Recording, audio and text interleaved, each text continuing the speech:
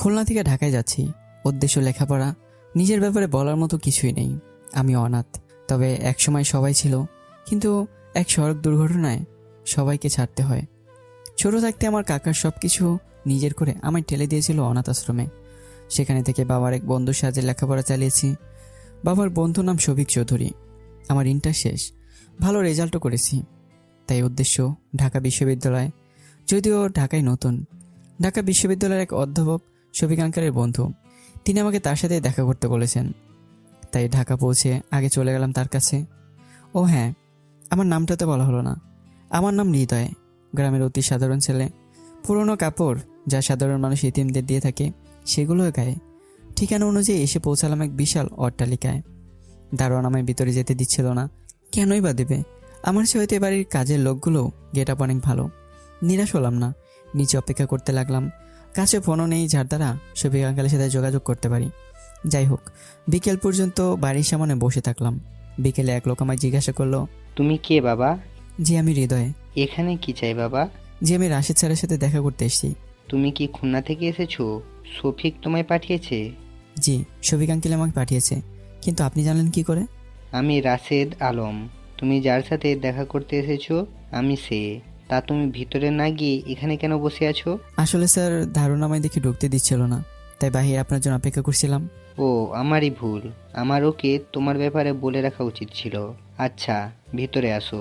তারপর আমি তার বাড়িতে ঢুকলাম। খুব বড় আর সুন্দর বাড়ি। ভিতরে গিয়ে তিনি আমায় বসতে বললেন, আমি বসলাম। শফিক তোমার ব্যাপারে সবই বলেছে, আর আমি তোমার রেজাল্টও দেখেছি। আমি তোমার বাবাকে চিনতাম, অনেক ভদ্রলোক ছিলেন তিনি, অনেক উপকার করেছেন আমার। আজ তোমার জন্য কিছু করতে পেরে নিজের কাছে একটু আনন্দ লাগছে। তোমার ভর্তি পরীক্ষা আর 15 দিন আছে। আমি নিজেই তোমার প্রয়োজনীয় বইয়ের ব্যবস্থা করে দিব। তুমি তোমার প্রস্তুতি শুরু করে দিও। জি আঙ্কেল। রহিম, হৃদয়কে ওর রুমটা দেখিয়ে দে। একজন কাজের লোক ইশারা করে বলল, যাও বাবা, ফ্রেশ হয়ে একটু বিশ্রাম নাও। জি। আমি চলে আসলাম। বেশ ভালোই একটা রুম। এই জন্য আমার মতো অনাথের কাছে স্বপ্নের মতো। আমি ফ্রেশ হয়ে বিছানায় শুয়ে ভাবতে লাগলাম, সত্যি কি আজব দুনিয়া। নিজের রক্তের সাথে সম্পর্কিত মানুষগুলো আমায় অনাথ করে জীবনযাপন করতে বাধ্য করলো, আর সব কিছু নিয়ে নিল। আর কিছু অপরিচিত মানুষ আমায় অনাথ জীবন থেকে মুক্তি দেওয়ার চেষ্টা করছে। এনে দিতে চাইছে অনেক কিছু, দেখাতে শেখাচ্ছে স্বপ্ন। সত্যি সমাজে কিছু মানুষের মধ্যে মানবতা নামের আজকের সমাজের মরিচিকা এখনও বেঁচে আছে। কিন্তু একজন অপরিচিত মানুষ আমার জন্য আর কত করবে? আমি অপরিচিত হওয়ার পরেও জায়গা দেয় নিজের ঘরে, 3 বেলা আহারের ব্যবস্থাও করে। তার কাছ থেকে আর কিছু কিভাবে চাই আমি? আমার লেখাপড়া চালাতে গেলেও তো টাকা প্রয়োজন, আর তা আমি শফিক আঙ্কেল বা রাশেদ আঙ্কেলের কাছ থেকে কিছুতেই নিতে পারবো না। আমাকে কিছু একটা করতে হবে। আর এছাড়া কাপড় পরে ঢাকায় চলাচল করাও সম্ভব না। এতে আমার কিছু না হলেও রাশেদ আঙ্কেলের মানহানি হবে, কারণ তিনি আমায় আশ্রয় দিয়েছেন। আর আমার দ্বারা আমার উপকারীর কোনো ক্ষতি হোক, এটা আমি কখনোই চাই না। যাই হোক, কথাগুলো ভাবতে ভাবতেই ঘুমিয়ে পড়লাম। বিকেলে উঠে ফ্রেশ হয়ে দেখি টেবিলে কিছু বই রাখা আছে। তার মানে এগুলো রাশেদ আঙ্কেল রেখে গেছেন। আমি একটা বই নিয়ে পড়তে লাগলাম। হঠাৎ করে রাশেদ আঙ্কেল, বাবা, রাতের খাবারটা খেয়ে তারপর আবার পড়তে বসো। এখন আসো। আঙ্কেলের কথা শুনে বাইরে তাকে দেখে রাত হয়ে গেছে। তাই আঙ্কেলের সাথে চলে গেলাম খাবার টেবিলে। একটা জিনিস লক্ষ্য করলাম, আমি বাড়ি আসার পর থেকে আঙ্কেলও কিছু কাজের লোক ছাড়া আর কাউকে দেখলাম না।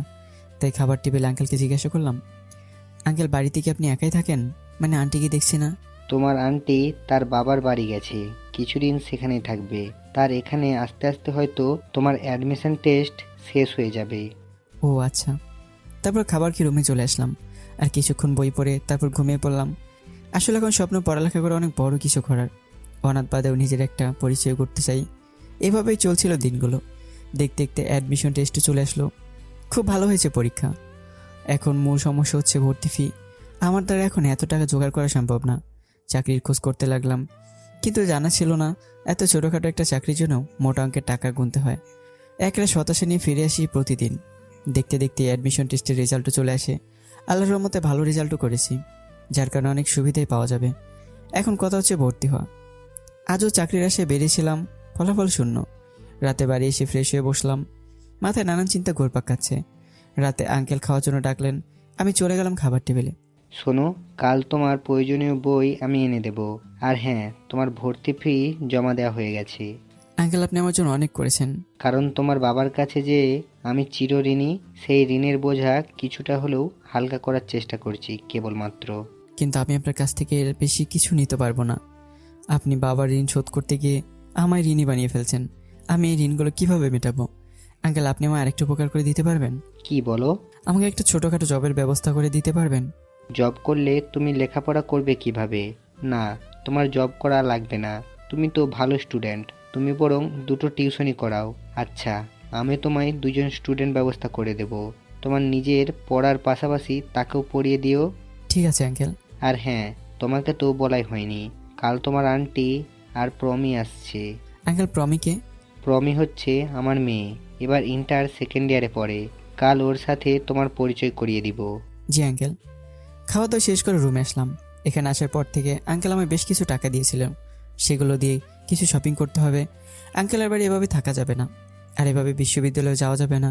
তাই ভাবলাম কাল সকালে মার্কেটে যাব। রাতে কখন ঘুমিয়ে পড়েছি মনে নেই। সকালে আঙ্কেলের সাথে ব্রেকফাস্ট করে বেরিয়ে পড়লাম মার্কেটের উদ্দেশ্যে। এরপর কিছু কেনাকাটা করে বাড়ি ফিরলাম। কলিং বেল বাজিয়ে বাইরে দাঁড়িয়ে আছি। কিছুক্ষণের মধ্যেই দরজা খুলে দিল। আমি তাকিয়ে তো অবাক। এ কি মানুষ নাকি সাক্ষাৎ কোনো রূপকথার পরী? দরজার ওপাশে যেন কোনো রূপকথার পরী দাঁড়িয়ে আছে।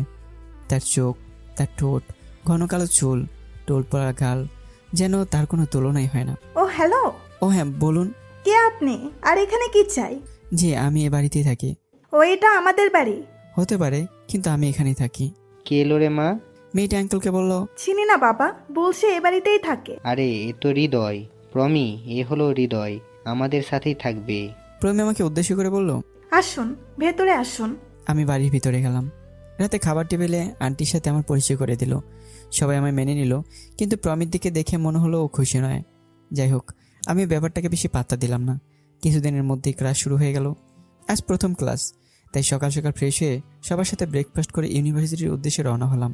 শহরে আমার মতো একটা গ্রামের খ্যাত এতিম ছেলে কখনো কখনো নিজের কাছে অদ্ভুত মনে হয়, কারণ আমার মতো একটা এতিম ছেলের এমন অবস্থায় অবস্থান করা সত্যি যেন কাল্পনিক মনে হয়।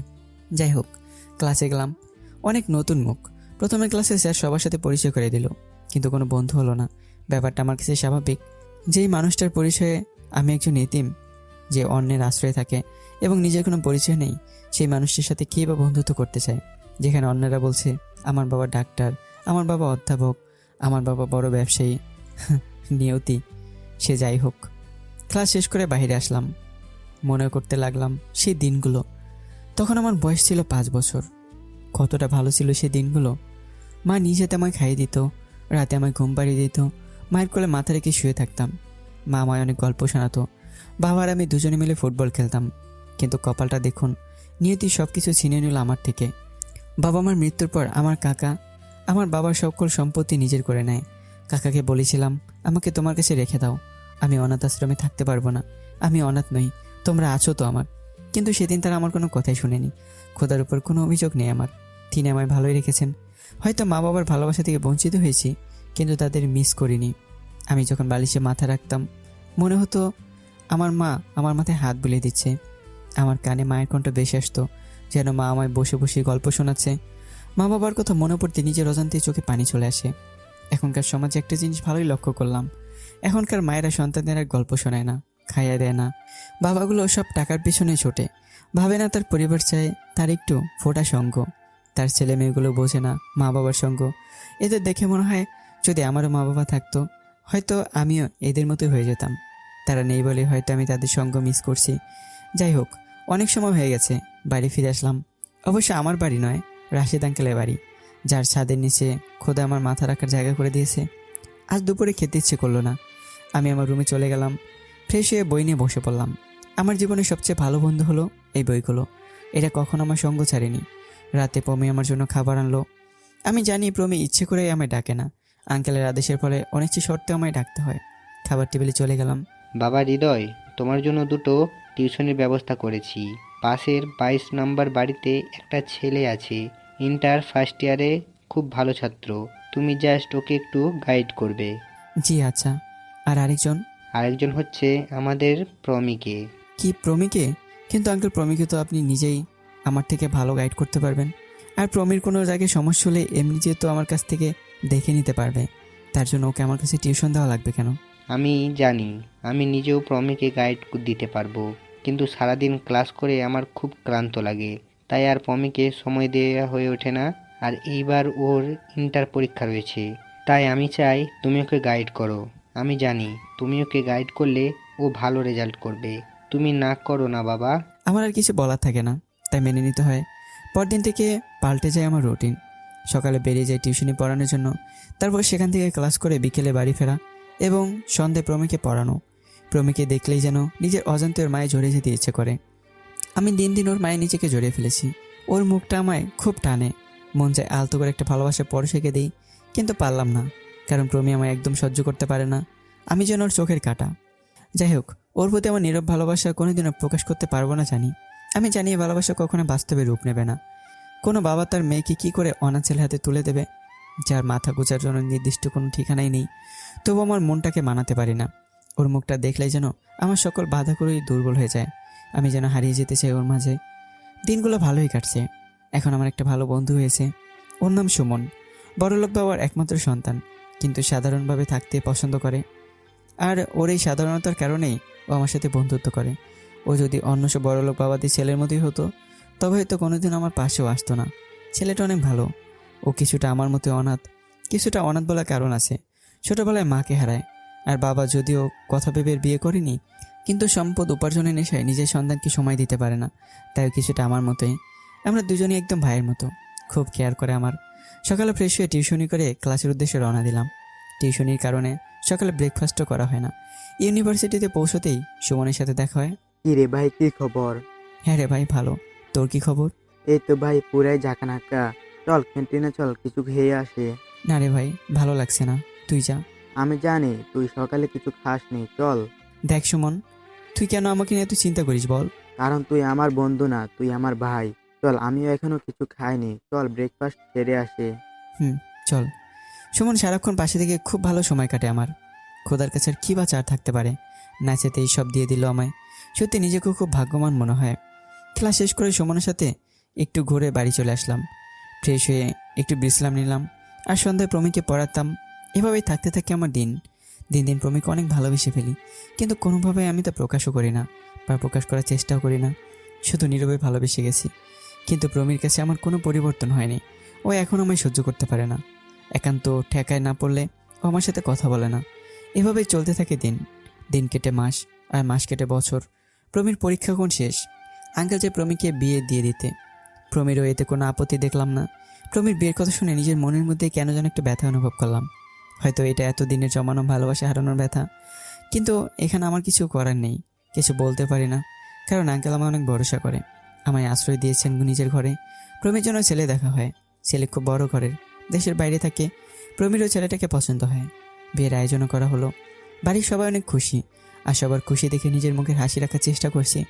দেখতে দেখতে প্রমির বিয়ের দিনে চলে আসলো। আজ প্রমির বিয়ে। প্রমিকে দেখে বোঝা যায় ও অনেক খুশি। বাড়ি ভর্তি অনেক লোক। এখন বাড়িতে উৎসবমুখ পরিবেশ বিরাজ করছে। সবার মুখে হাসি। নিজের একমাত্র মেয়ের বিয়েতে কোনো কমতি রাখেনি রাশেদ আঙ্কেল। প্রমি অনেক খুশি নিজের নতুন জীবনের সূচনার কথা ভেবে।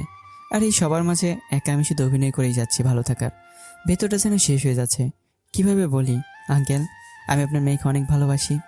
আমি আপনার কাছ থেকে ওকে ভিক্ষা চাইছি। ওকে প্লিজ আমার হাতে তুলে দিন।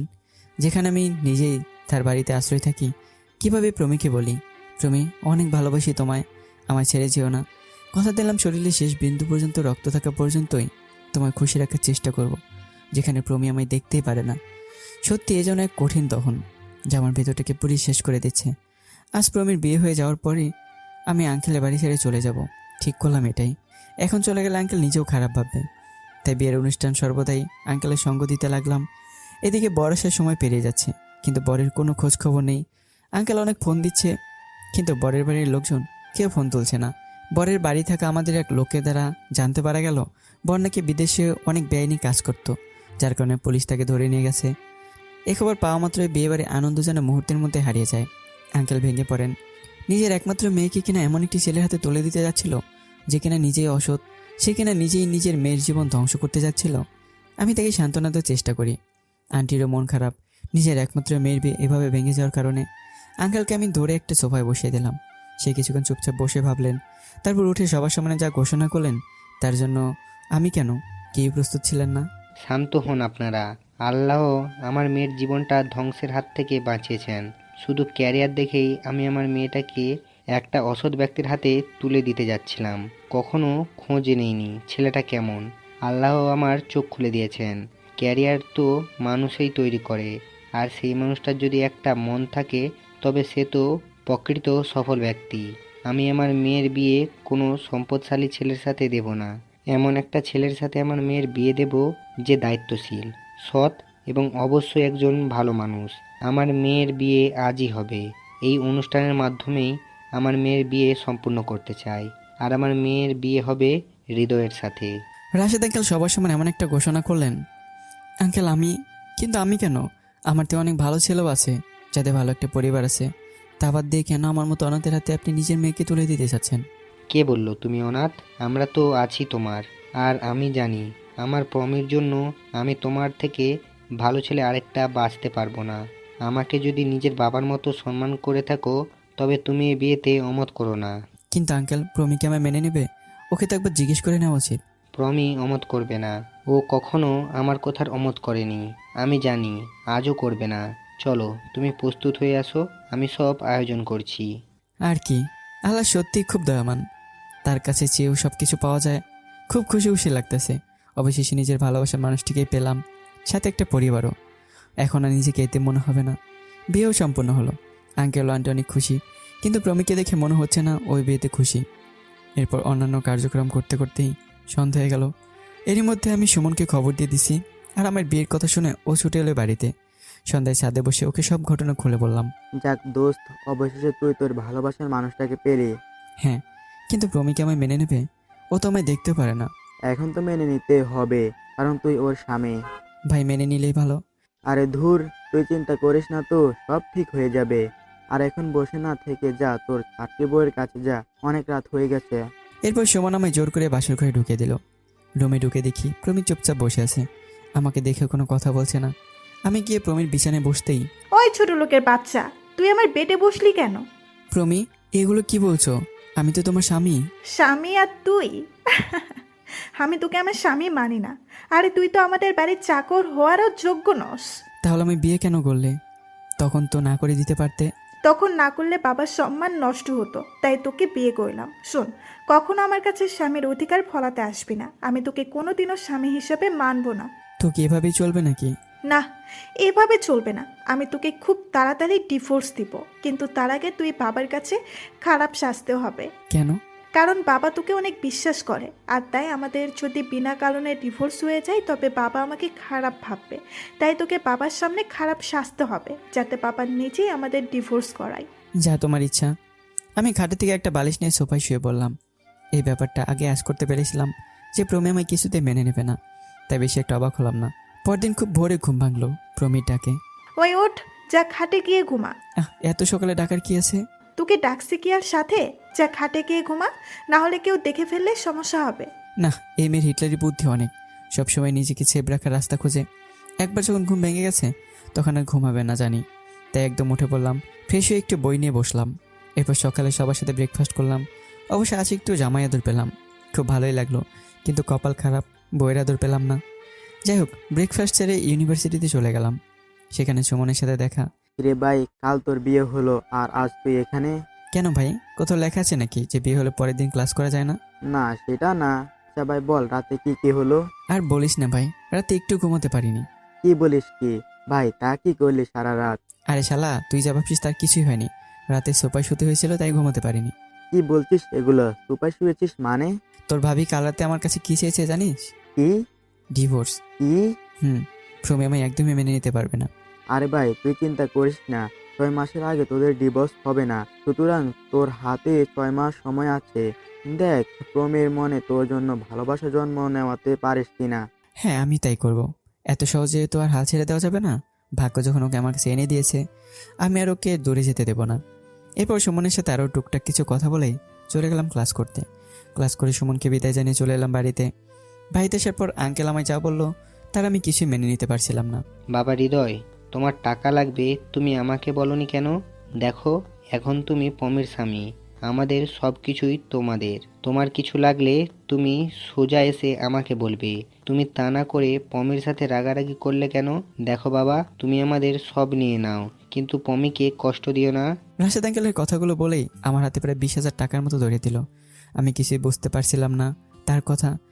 আমি তো কিছুই করিনি বা বলিনি, তাহলে আঙ্কেল এগুলো কি বলেন আমায়? সবাই চোখ পড়তে দেখি প্রমি আন্টির কাছে বসে খাচ্ছে। তখন কাল রাতে প্রমির কথাগুলো মনে পড়ে গেল। আমার বাবা তোকে অনেক বিশ্বাস করে।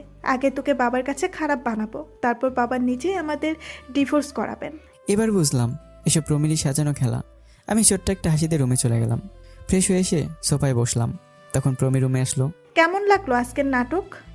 ভালোই। তোমার টাকা টেবিলের উপর রাখা আছে। Good boy. আমার বাবার টাকায় তুই হাত দিবি না। আচ্ছা প্রমি, আমি তোমায় বলেছি তোমায় ডিভোর্স দিয়ে দেবো, তবুও কেন আমার আঙ্কেল এসে খারাপ বানাচ্ছ? কারণ তোকে আমি দেখতে পারি না, তোকে দেখলেই আমার গা চলে, তাই তোকে এই বাড়ি থেকে তাড়ানোর ব্যবস্থা করছি মাত্র। তোমার যা ইচ্ছা করো, তবে মনে রেখো তুমি যত বড় গর্ত করবে একদিন তাতে তোমাকে পড়তে হবে, এবং সেদিন তুমি হাজার চেষ্টা করেও নিজের গর্ত থেকে উঠতে পারবে না। কথাটা বলে আমি রুম থেকে বেরিয়ে পড়লাম। আরে চাচা, বেশি নীতি কথা বলতে আসিস না। আমি চলে আসলাম ছাদে। বসে বসে ভাবতে লাগলাম, প্রমি তো আমায় দেখতেই পারে না, তো ওকে কেন ভালোবাসবো আমি? কেন আমি ওই মানুষটাকে আঁকড়ে ধরে বাঁচতে চাইবো, যার 2 চোখের কাঁটা আমি? না, প্রমিকে মুক্তি দিয়ে দেবো, ও যা চাই তাই করুক। কিন্তু আঙ্কেল যদি আমায় বাড়ি থেকে তাড়িয়ে দেয়, আমি থাকবো কোথায়? আমার পড়ালেখার খরচই বা চালাবো কী করে? না, যাই হয়ে যাক, আমার পড়ালেখা চালিয়ে যেতেই হবে। পৃথিবীতে আমার থাকার জায়গার অভাব হবে না। আর অনাথ হওয়ার পরেও খোদা যখন আমায় এত দূরে এনেছে, তবে বাকি পথটাও আমায় কোনো না কোনোভাবে চালিয়ে নেবেন। কথাগুলো ভাবতে ভাবতেই সন্ধ্যা হয়ে গেল। রুমে গিয়ে একটু বই নিয়ে বসলাম। রাতে সবার সাথে ডিনার করে এসে সোফায় শুয়ে পড়লাম। এখন এটাই আমার বেড হয়ে গেছে। একটু কষ্ট করে হলেও ধীরে ধীরে সরে যাচ্ছে। সকালে ঘুম থেকে উঠে ব্রেকফাস্ট করে ইউনিভার্সিটির উদ্দেশ্যে রওনা দিলাম। এখন আর রাশেদ আঙ্কেল আমায় টিউশনি করতে দেয় না। ক্যাম্পাসে পৌঁছতেই সুমনের সাথে দেখা। ভাই কেমন যাচ্ছে তোর দিনকাল? হ্যাঁ রে ভাই, ভালো। তোর? আমার আর কি ভাই, সব কিছু থেকেও নেই। এভাবে ভালো থাকার কোনো মানেই নেই রে ভাই। জীবনটা উদ্দেশ্যহীন হয়ে পড়েছে। জানি না কোন তীরে গিয়ে ভিড়বে আমার জীবন। ভাই মন খারাপ করিস না। আচ্ছা বাদ দে, বল প্রেমের সাথে তোর কি কত দূর? না রে ভাই, প্রমির সাথে আমার কিছুই হবে না। ও আমায় একদমই সহ্য করতে পারে না। ভাই জানিস কতটা ভালোবাসি ওকে, কিন্তু ওকে বোঝাতে পারিনি। আমি ওকে বলতেও পারিনি, কখনো সুযোগই দেয়নি ও বলার। আমি দূরে সরে গেলেই ও ভালো থাকবে ভাই। তাই ভাবছি ও যা চাই তাই হবে। আমি ওকে ডিভোর্স দিয়ে দেবো, মুক্ত করে দেবো ওকে। কিন্তু ভাই তোর কি হবে? তুই তো ওকে ভালোবাসিস। ছোট থাকতে আমার একান্ত আপন মানুষ দুটোকে হারিয়ে ফেলেছি। নিজের রক্ত যখন আমায় দূরে ঠেলে দিয়েছে, তখন আমি বেঁচে ছিলাম। তো এবারও পারবো, বেশি কষ্ট হবে না। আসলে ভালোবাসার মানুষগুলোকে হারাতে হারাতে অভ্যাস হয়ে গেছে। ভাই রে, কিছুই বলার নেই তোকে। তোর নিয়তিটা তোকে দিন দিন পাথর বানিয়ে দিচ্ছে। তবে আল্লাহর উপর নিরাশ হোস না, তিনি নিশ্চয়ই তোর জন্য আরো ভালো কিছু রেখেছে। হ্যাঁ ভাই, আল্লাহর কাছে অভিযোগ নেই। হয়তো এখন জীবনের কষ্ট আছে, তবে সেই কষ্টগুলো শেয়ার করার মতো একটা ভাইও তো দিয়েছে আমায়। কথাটা বলতেই সুমন আমায় জড়িয়ে ধরলো। তারপর আরও কিছু কথা হলো সুমনের সাথে। তারপর ক্লাস করতে গেলাম। ক্লাস শেষে সুমনকে বিদায় জানিয়ে বাড়ি ফিরলাম। আজও প্রমির একটা সাধারণ নাটক শুরু। আঙ্কেল আমায় অনেক কিছুই বললো। চুপচাপ থাকলাম, কোনো প্রতিবাদও করলাম না। জানি প্রতিবাদ করে কোনো লাভ হবে না। আমি রুমে চলে আসলাম। বাথরুমে শাওয়ারের নিচে অনেক সময় দাঁড়িয়ে থাকলাম। ভাবতে লাগলাম আমার ভালোবাসার মানুষটাকে। ওর কাজের ফলে মন চায় ঠাটিয়ে 2টো চড় মারি, কিন্তু ওর মায়াবী মুখটা দেখলেই নিজের মধ্যে কোনো রাগ ধরে রাখতে পারি না। খুব ভালোবাসি তো ওকে। ওকে আমায় মেনে নিতে পারবে না। কি ক্ষতি হতো আমায় মেনে নিলে? কি ক্ষতি হতো আমায় একটু ভালোবেসে বুকে জড়িয়ে নিলে? ওকে বোঝে না শত অপমানের পরেও একমাত্র ওর কারণে পড়ে আছে ওর কাছে। খুব কাঁদতে ইচ্ছে করে, কেঁদে একটু নিজেকে হালকা করতে মন চায়। বুকটা ফেটে যাচ্ছে, কিন্তু চোখ দিয়ে একটু পানিও বেরোচ্ছে না। চিৎকার করতে মন চাইছে। আমি যেন দিন দিন পাগল হয়ে যাচ্ছি। গোসল শেষ করে রুমে এসে বসলাম। কিছুক্ষণের মধ্যেই প্রমি এসে শুয়ে পড়ল। অপলক তাকিয়েছে ওর স্বাদ মাখানা মুখটার দিকে। কতটা মায়া ভরা এই মুখখানা। যত দেখি ততই যেন মন ভরে না। খুব ইচ্ছে করে কপালে আলতো করে একটু ছোঁয়া দিই, কিন্তু কোনো অজানা কারণে পারছি না। বিকেল টাইম, তাই বাড়ির বাইরে চলে গেলাম একটু হাঁটতে। রাস্তা দিয়ে হাঁটছি এমন সময় এই যে হৃদয় ভাইয়া। আমি পেছনে ফিরি। জি, আমাকে বলছেন? জি ভাইয়া। হ্যাঁ বলুন। ভাইয়া, আমি মিম আক্তার, আপনার এক ব্যাচ জুনিয়র। আসলে ভাইয়া একটা কথা বলার ছিল, কিন্তু কিভাবে যে বলি। মেয়েটি মাথা চুলকাতে চুলকাতে, আরে বলো, সমস্যা নেই। চলুন ভাইয়া, হাঁটতে হাঁটতে বলি। চলো। তারপর দুজনে হাঁটতে লাগলাম। মেয়েটি হয়তো এমন কিছু বলতে চাইছে যা বলতে একটু একটু ভয় পাচ্ছে। বলো কি বলতেছো? আসলে ভাইয়া, আমি সুমনকে ভালোবাসি, কিন্তু ওকে কিছুতেই বলতে পারছি না। আপনি ওর বেস্ট ফ্রেন্ড, প্লিজ একটু হেল্প করুন। এই কথা তো তুমি সুমনকে বলতে পারো। ভাইয়া, খুব ভয় পাই, যদি ও আমায় না করে দেয় আমি মরেই যাব। অনেকটা ভালোবেসে ফেলেছি। আচ্ছা, কাল ক্যাম্পাসে এসো, আমি ব্যবস্থা করে দেবো। ধন্যবাদ ভাইয়া, আমি জানতাম আপনি আমায় না করবেন না। ভাইয়া, আপনার নাম্বারটা একটু দিবেন? সরি, আসলে আমি ফোন ইউজ করি না। ও আচ্ছা, তাহলে ভাইয়া আজ আসি, কাল ক্যাম্পাসে দেখা হবে। হ্যাঁ, বাই। মেয়েটি চলে গেল। খুব সুন্দর মেয়েটি, সুমনের সাথে বেশ ভালোই মানাবে। আর মেয়েটির চোখ ও কথা বলার ধরন দেখে মনে হচ্ছে মেয়েটি সত্যি সুমনকে ভালোবাসে। যাক, ভালোই হলো, আমার ভাইটার একটা পথ চলার সাথী হয়ে গেল। সন্ধ্যায় বাড়ি চলে আসলাম। এসে কিছুক্ষণ বই পড়লাম, তারপর ডিনার করে সোফায় শুয়ে পড়লাম। এখন আর বাড়ির কেউ আমার সাথে বেশি একটা কথা বলে না। এখন সবাই আমাকে খারাপ ভাবতে শুরু করেছে। যাক, বাদ দিয়ে সেই কথা। সকালে উঠে ফ্রেশ হয়ে চলে গেলাম ক্যাম্পাসে। আজ উঠতে একটু দেরি হয়, ব্রেকফাস্ট করা হলো না। চলে আসলাম ক্যাম্পাসে। ক্যাম্পাসে পৌঁছতেই সুমনের সাথে দেখা। এই একটা মানুষই এখন আমার একটু কেয়ার করে। কিরে ভাই, কি খবর? এই তো ভাই, ভালো। তোর? হ্যাঁ, আমিও ভালো। আচ্ছা সুমন, তুই কারোর সাথে প্রেম করিস না কেন? ভাই, আজকাল ভালোবাসা বলতে কিছুই নেই রে। যা আছে সব স্বার্থ উসুল করার একটি প্রতিক্রিয়া। এখানে সত্যিকারে ভালোবাসার কোনো দামই নেই। তবুও তোর একজনকে খোঁজা উচিত ছিল, যে তোর কেয়ার করবে, তোকে ভালোবাসবে, তোর সুখ দুঃখের ভাগিদার হবে। আমার সুখ দুঃখের ভাগিদার তো তুই আছিস ভাই। দেখ, তবুও তোর উচিত কারোর সাথে ঘর বাঁধা। আমার একটাই চাওয়া, একমাত্র তোকে তোর এই অবস্থা থেকে মুক্তি দিতে পারবে এটাই। কিন্তু ভাই, আজকাল কাউকে বিশ্বাস করতে খুব কষ্ট হয়। আর জানিস তো, বিশ্বাস জিনিসটা নষ্ট করে কতটা কষ্ট লাগে। আরে ভাই, এমন তো কেউ থাকতে পারে যে তোকে তার জীবনের থেকে বেশি ভালোবাসে। হা হা হা, নেই রে ভাই, আমার জীবনে এমন কেউ নেই। চল আমার সাথে। কই যাবে? আগে চল তো। এবার ক্যাম্পাসে মিমকে খুঁজতে লাগলাম। ওই তো মিম। এই মিম, দাঁড়াও। আমার সাথে সুমনকে দেখে মিম অপ্রস্তুত হয়ে গেল, কিছুটা লজ্জা পাচ্ছে, তোকে দেখেই বোঝা যাচ্ছে। আমি সুমনকে নিয়ে মিমের কাছে গেলাম। হ্যাঁ মিম, কাল আমাকে যে কথাগুলো বলেছিলে তখন সুমনকে বলে ফেলো। মিম লজ্জায় মাথা নিচু করে দাঁড়িয়ে আছে। তাই দেখে আমি বললাম, চল সুমন, মিম মনে হয় তোকে কিছু বলবে না। মিমকে শুনিয়ে আমি সুমনকে নিয়ে হাঁটা শুরু করলাম। এবার মিম মুখ খুললো। ভাইয়া, আমার খুব লজ্জা করছে। এইসব বিষয়ে চুপ থাকলে তার জন্য অনেক কিছু ছাড়তে হয়। তাই বলছি, তাড়াতাড়ি বলে ফেলো। আমি ওই সাইডে যাচ্ছি, তুমি ওর সাথে কথা বলে দুজনে একসাথে এসো। আমি মিম আর সুমনকে কথা বলার সুযোগ করে দিয়ে আসলাম। কিছু বলবেন? হুম, বলবো। কি বলবেন বলুন। আসলে বলুন। সুমন, আমি তোমাকে ভালোবাসি। কি? তুমি তো আমাকে ঠিকভাবে চিনো না, আর আমি তো তোমার নামটাও আজই জানলাম। কিভাবে হলো এসব?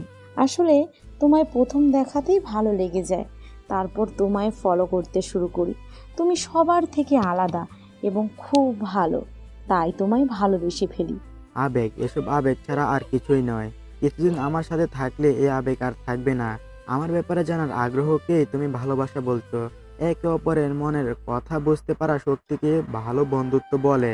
আর ভালোবাসা তো আরো গভীর একটা প্রতিক্রিয়া। ওয়াও, আমি আবার তোমার ওপর লাড্ডু হয়ে গেলাম।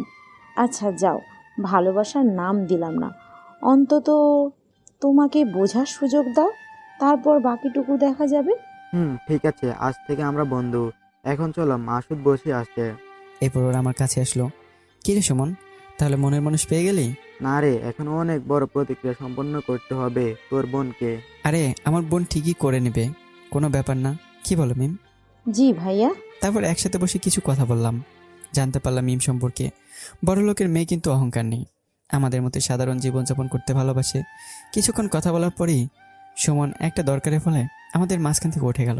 তখন আমি আর মিম, তা ব্যাপার কত দূর। আর বইলেন ভাইয়া, আপনার বন্ধু আজ তো একটা খাটাস। এত ভালোবাসি তবুও বিশ্বাস করতেই চায় না, না পেরে বন্ধু হয়ে থাকতে হচ্ছে। ওর বন্ধুত্বটাই অনেক। আর হ্যাঁ, ওর মনে জায়গা করার সকল সুযোগ আমি করে দেব, চিন্তা নাই। ধন্যবাদ ভাইয়া।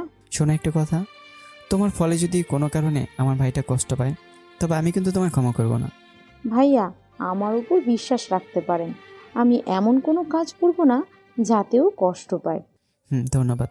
তারপর আমি মিমকে সুমনের পছন্দ অপছন্দ সম্পর্কে সব বলতে লাগলাম। এর মধ্যে সুমনও চলে আসলো। ভাই, এটা রাখ। মোবাইল কেন? ভাই, তোকে অনেক মিস করে। রাখ না, বাইরে দেওয়া একটা জিনিস। আচ্ছা ঠিক আছে দে। সুমন ফোনটায় নিজের নাম্বার দিয়ে দিল। তারপর মিমা আমার নাম্বার নিল। তারপর তিনজনে কিছুক্ষণ গল্প করে তারপর আমি আর সুমন ক্লাসে গেলাম, আর মিম নিজের ক্লাসে গেল। ক্লাস শেষ করে বাড়ি ফিরলাম। বাড়ির ভিতরে ঢুকতেই তোকে কত বিশ্বাস করতাম, আর তুই আমার মেয়েটাকে ঠকাচ্ছিস। তোকে বলেছিলাম তোর যা লাগে সব নিয়ে নে, কিন্তু আমার মেয়েটাকে কষ্ট দিস না। কিন্তু তুই এতটা নীচ আগে জানতাম না। বাবা আমার অপরাধ এমন ভাব দেখাচ্ছিস যেন কিছুই জানিস না। এটা কি? বলে আমাকে একটা ছবি দেখালো যেখানে মিম আমাকে জড়িয়ে ধরেছে। আমি তো আকাশ থেকে বললাম, মিম কখনোই আমার এতটা কাছে আসেনি, আর ওকে তো আমি বোন বলে মনে করি। বাবা বিশ্বাস করেন, এগুলোর কিছুই সত্য না। আমি নিজেও আজ তোকে এই মেয়েটার সাথে দেখেছি, আবার মিথ্যা বলছিস? লজ্জা করে না? তোকে বিশ্বাস করে আমার মেয়েটাকে তোর হাতে তুলে দেওয়াই ছিল আমার সবচেয়ে বড় ভুল। আমি নিজেই আমার মেয়ের জীবন নষ্ট করে দিলাম। তোকে বিশ্বাস করে আমার বাড়ি ঠাঁই দেওয়াও ছিল আমার বড় ভুল। আরে তোর বাবা মা তো অনেক ভালো ছিলেন, তুই এমন কেমন হলি? বাবা, ওকে তুমি কিছু বলবে না। ভালো হোক খারাপ হোক, ও আমার স্বামী। ওকে কিছু বললে আমার খারাপ লাগে। দেখ দেখ, আমার মেয়েটাকে দেখ, তোকে কতটা ভালোবাসে, তবুও তুই কি করে ওকে ঠকাচ্ছিস? বাবা, ওকে যদি তুমি আর একটা কথা বলো তো আমি ওকে নিয়ে এই বাড়ি থেকেই বেরিয়ে যাব। যতটা না কষ্ট হচ্ছে প্রমীর বাবার কথায়, তার চেয়ে বেশি অবাক হচ্ছি প্রমীর আচরণে। প্রমী আমার হাতটা ধরে রুমে নিয়ে গেল। রুমে এসে দরজা আটকে দিল। কিরে ছোট লোকের বাচ্চা, কেমন লাগলো আজকের অভিনয়? প্রমীর উপর এতটাই রাগ উঠে গেল যে ঠাস করে একটা বসে দিলাম ওর গালে। আমি তো বলেছিলাম তোকে মুক্তি দিয়ে দেব, তবে কেন এমন করছিস? কারণ তোকে শুধু আমার জীবন থেকেই নয়, আমার বাড়ি থেকেও বের করতে চাই। এটাই যদি তোর উদ্দেশ্য হয়, তবে কাল থেকে তুই আর এই ছোট লোকের বাচ্চাটার মুখ দেখতে পারবি না। চলে যা, মুক্ত কর আমায়। বলে রুম থেকে চলে গেল প্রমী। আমি ছাদে চলে আসলাম। আমি কি করলাম? আমি প্রমীকে চর মারলাম? কি করে পারলাম আমি? আর আমি প্রমীর কাছে এতটাই বিরক্তকর। রাশেদ আঙ্কেল আমায় ভুল বুঝলো, কে বিশ্বাস করলো না আমার কথা। ঠিক আছে, প্রমী যখন চায় তবে চলে যাব, থাকবো না চোখের সামনে। ভালো থাকুক গো। ছাদে দাঁড়িয়ে সন্ধ্যা পেরিয়ে রাত হয়ে গেল। রাতেও কি আমায় খাবারের জন্য ডাকলো না। আজ সারাদিন কিছু না খায় মাথা খুব ব্যথা করছে। হঠাৎ করেই ছাদে মাথা করে পড়ে গেলাম। কিছুক্ষণ পর শরীরে পানি পড়ে জ্ঞান ফিরল। চোখ খুলে দিকে বৃষ্টি হচ্ছে। আমি রুমে চলে গেলাম। মাথাটা এখনো ঝিমঝিম করছে। পড়ার টেবিলে বসে প্রমীর জন্য একটা চিঠি লিখলাম, যাতে আমার না বলা কথাগুলো লিখে রেখেছিলাম প্রমীর জন্য। তারপর খালি হাতে বেরিয়ে পড়লাম অজানার উদ্দেশ্যে। সকালে ঘুম থেকে উঠে প্রমী আর সোফায় আমাকে দেখতে পেল না। ও ভেবেছে হয়তো বাইরে গেছি। তারপর তার স্বাভাবিক কাজগুলো করতে লাগলো। সকাল পেরিয়ে দুপুরগুলোয় সন্ধ্যা হয়ে গেল, এখনও আমার দেখা পেল না প্রমী। তখনই গতকালের কথাটা মনে পড়ে গেল। কাল থেকে আর এই ছোট লোকের বাচ্চাটার মুখ দেখা লাগবে না তোমার। তার মানে কি হৃদয় সত্যি সত্যি চলে গেছে? যাক, ভালো হয়েছে, আমি বেঁচে গেলাম। কথাগুলো ভাবতে থাকে প্রমী। এরপর সবার সাথে রাতের খাবার খেয়ে শুয়ে পড়ে প্রমী। বাড়িতে কেউ আমার কথা একটাবারও জিজ্ঞেস করলো না। আজ প্রমীর ঘুম আসছে না। আবার ভাবে, আচ্ছা, আমি হৃদয়ের সাথে কেন খারাপ ব্যবহার করলাম? আমি তোকে মেনেও নিতে পারতাম। আর তাছাড়া হৃদয়ের সাথে তো আমার বিয়ে হয়ে গিয়েছে, ওকে কেন এতটা অপমান করলাম? আরে ধুর, কোথাকার কে, তার জন্য এত ভাবার কি আছে? আমি যার বিষয়ে কিছুই জানি না তার জন্য কেন এত চিন্তা করব? যাক, আপদ বিদায় হয়েছে, ভালোই হয়েছে। এসব ভাবতে ভাবতে রাতে ঘুমিয়ে পড়লো প্রমী। সকালে উঠে ফ্রেশ হয়ে নিচে গেল। আমার কোনো খোঁজ পাইনি এখনো। প্রমীর আজ কিছুই ভালো লাগছে না। কিছু যেন একটা খুব করে ভাবাচ্ছে ওকে। আচ্ছা, হৃদয়ের সাথে কি এমনটা করা ঠিক হলো? না, ও তো আমায় জোর করে বিয়ে করেনি। বাবাই ওকে বাধ্য করেছে এই বিয়েতে, কিন্তু ওকে এত অপমান করার পরেও কেন কোনো প্রতিবাদ করলো না? আচ্ছা, আমি কেনই বা ওকে সহ্য করতে পারছিলাম না?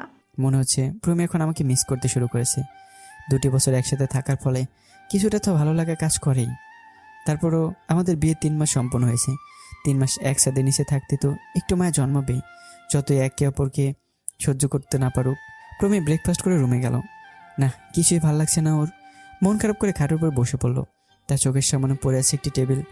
আমি এই টেবিলে বসে পড়তাম। প্রমী কী যেন মনে করে টেবিলটির কাছে গেল। খুব সুন্দর গোছানো একটা টেবিল। বইগুলো আগের মতো পড়ে আছে, কিন্তু এগুলো পড়ার মানুষটাই নেই। হঠাৎ তার চোখ পড়লো কলম দিয়ে চাপা দেওয়া একটি কাগজ। প্রমী কাগজটা হাতে নিয়ে পড়তে শুরু করলো। প্রমী, আমি জানতাম যে আমি তোমার কাছে এতটাই বিরক্তকর। জানো প্রমী, প্রথম যেদিন তোমায় আমি দেখেছিলাম, যেন আমার সময় সেখানেই থেমে গিয়েছিল। আমি তোমার মাঝে হারিয়ে গিয়েছিলাম। প্রথম দেখায় তোমার মায়ে জড়িয়ে পড়েছিলাম। তারপর যখন জানলাম তুমি রাশিদ আঙ্কেলের মেয়ে, আমি সেই মায়ে কাটিয়ে ফেলার চেষ্টা করেছিলাম। কিন্তু রোজ সকাল বিকাল যখনই তুমি আমার সামনে আসতে, আমার মন যেন আর কোনো বাধা মানতে চাইতো না। কি যেন একটা আকর্ষণ করতো আমার মনটাকে। তুমি যখন চোখের সামনে থাকলে মনে হাজারো কল্পনার সৃষ্টি হতে, যার মূলটা ছিলে তুমি। তবুও চেষ্টা করতাম তোমার থেকে দূরে থাকার। আমি জানতাম তুমি আমায় একদমই সহ্য করতে পারো না, আর এখনও পারো না। তাই নিজেকে আড়াল করে রাখতে চেতাম তোমার থেকে। খাবার টেবিলে যখন তুমি আমার সামনে বসতে, আমার চোখ দুটো আমার সাথে বেইমানি করতো, শুনতো না আমার কোনো কথা, তোমার দিকে চেয়ে থাকতো অপলক। এরপর আঙ্কেল যখন তোমায় পড়ানোর কথা বললো, আমি আঙ্কেলকে অনেকভাবে না করেছি, কিন্তু আমি তার সাথে পারিনি। জানো প্রমি, তুমি যখন মন দিয়ে পড়তে, তখন দুটি চোখ যেন তোমার দিকে চেয়ে থাকতো। আমি পারতাম না তাদের ফেরাতে। আস্তে আস্তে মনের মধ্যে তোমায় নিয়ে হাজারো স্বপ্ন দেখতে থাকি, যদিও জানতাম এগুলো কখনো সত্যি হবার নয়, মিথ্যেই হোক, তবুও যেন মনে শান্তি পেতাম। আমি বলতে চাইতাম আমার মনের কথা, কিন্তু পারিনি মুখ ফুটে বলতে। প্রমি, ভালোবাসি, হ্যাঁ ভালোবাসি তোমায়, অনেক ভালোবাসি, কিন্তু বলার সুযোগ হয়নি। হয়তো সেই সুযোগটা তুমি আমায় দাওনি, তবুও তোমায় নীরবে ভালোবেসে যেতাম। এতে যেন ছিল পরম শান্তি। প্রমি, যখন তোমার বিয়ে ঠিক হলো, তখন যেন আমার ভেতরটা চিড়ে যাচ্ছিল, কিন্তু আমি আগে থেকেই জানতাম তোমায় পাওয়া আমার দ্বারা সম্ভব না, কারণ আমি তো অনাথ। তাই আর কি আছে আমার, কি দিয়ে স্বপ্ন দেখাবো তোমায়? সবার খুশির মাঝে আড়াল হয়ে গিয়েছিল সেদিন আমার বোবা কান্না। কিন্তু পরে যখন বরের সমস্যার পর আঙ্কেল তোমার সাথে আমার বিয়ের কথা বললো, তখন সময়টা আমার কাছে স্বপ্নের মতো লাগছিল। আমি জানতাম তুমি কখনোই আমাকে মেনে নেবে না, তাই বিয়েতে তোমার মত জানতে অনেকবার বলেছিলাম আঙ্কেলকে, কিন্তু তিনি আমার কথা শোনেননি। তোমায় ভালোবাসি ঠিকই, কিন্তু তোমার মনের বিরুদ্ধে আমি কখনো তোমায় পেতে চাইনি। জানো প্রমি, যখন তোমার সাথে আমার বিয়ে হচ্ছিল, আমার মনে হচ্ছিল আমি যেন আর অনাথ নই, আজ থেকে আরও একটা পরিবার হলো। কিন্তু দেখো, এটা আমার কপালে ছিল না। ছোটো থাকতে অনাথ আশ্রমে ছিলাম, আঙ্কেল আমায় বিশ্বাস করে এখানে নিয়ে এসেছিল, কিন্তু তা আজ নষ্ট হয়ে গেল। প্রমি জানো, আমি কেন তোমার এত সব অপরাধেরও প্রতিবাদ করিনি? কারণ আমি আঙ্কেলকে সত্যিটা বললে সে তোমায় খারাপ ভাববে। তোমার বাবা, তোমার পরিবার, সেখানে আমি কে? তাই ভাবলাম তুমিই ভালো থেকো। আমি সরে গেলাম তোমার জীবন থেকে। জানো প্রমি, তোমার অপমানেও ততটা কষ্ট পাইনি যতটা লাগতো ছোটো লোকের বাচ্চা বললে। জানো প্রমি, আমার একসময় সবই ছিল, কিন্তু নিয়তি আমার কাছ থেকে সব কেড়ে নিয়েছে। আমার বাবা ছোটো লোক ছিল না, যাক সে কথা। এই ছোটো লোকের বাচ্চাটা আর তোমার সামনে আসবে না। কোনো ভুল করে থাকলে আমায় মাফ করে দিও। আর হ্যাঁ, নিজের খেয়াল রেখো। এটি ছোটো লোকের বাচ্চা। কাগজটা পরে প্রমি কিছুক্ষণের জন্য পাথর হয়ে গেল। নিজের ভুলের এমন একটা মানুষকে ছাড়লো যে কিনা তাকে এত ভালোবাসতো। আসলে প্রমি আমার ব্যাপারে কিছুই জানতো না। প্রমি দৌড়ে নিজের বাবার কাছে চলে যায়। বাবা, হৃদয়কে কেন? বলো প্লিজ। হৃদয় হচ্ছে তোর সাইদ আঙ্কেলের ছেলে। জানিস মা, আমিও অনাথ ছিলাম। তোর সাইদ আঙ্কেল ছিল আমার বেস্ট ফ্রেন্ড। আজ আমি এই পজিশনে একমাত্র তোর সাইদ আঙ্কেলের কারণেই। হৃদয় ছোট থাকতে তার আঙ্কেল আর আন্টি একটি দুর্ঘটনায় মারা যান। তারপর হৃদয় অনাথ আশ্রমেই বড় হয়। আমি ভেবেছিলাম আমি তোর জন্য ভালো ছেলেই নির্বাচন করেছি, কিন্তু কে জানতো ও এমন হবে। আমি নিজে অজান্তেই তোর জীবনটা নষ্ট করে দিলাম রে মা। বাবা, আমি অনেক বড় একটা ভুল করে ফেলেছি, অনেক বড় একটা ভুল করে ফেলেছি। কি হয়েছে মা, বল আমায়। বাবা, আমি হৃদয়ের সাথে অনেক বড় একটা অন্যায় করে ফেলেছি। এরপর প্রমি তার বাবাকে সবকিছু খুলে বলে। কি হয়েছে বলবি তো? তুই আমার মেয়ে হয়ে এমন একটা কাজ করতে পারিস আমি ভাবতেও পারিনি। আমি ছেলেটাকে কি থেকে কি বলে ফেলেছি। হৃদয় এখন কোথায়? আমি ওর সাথে কথা বলতে চাই। বাবা, হৃদয় কাল থেকে বাড়ি নেই। বাড়ি নেই মানে?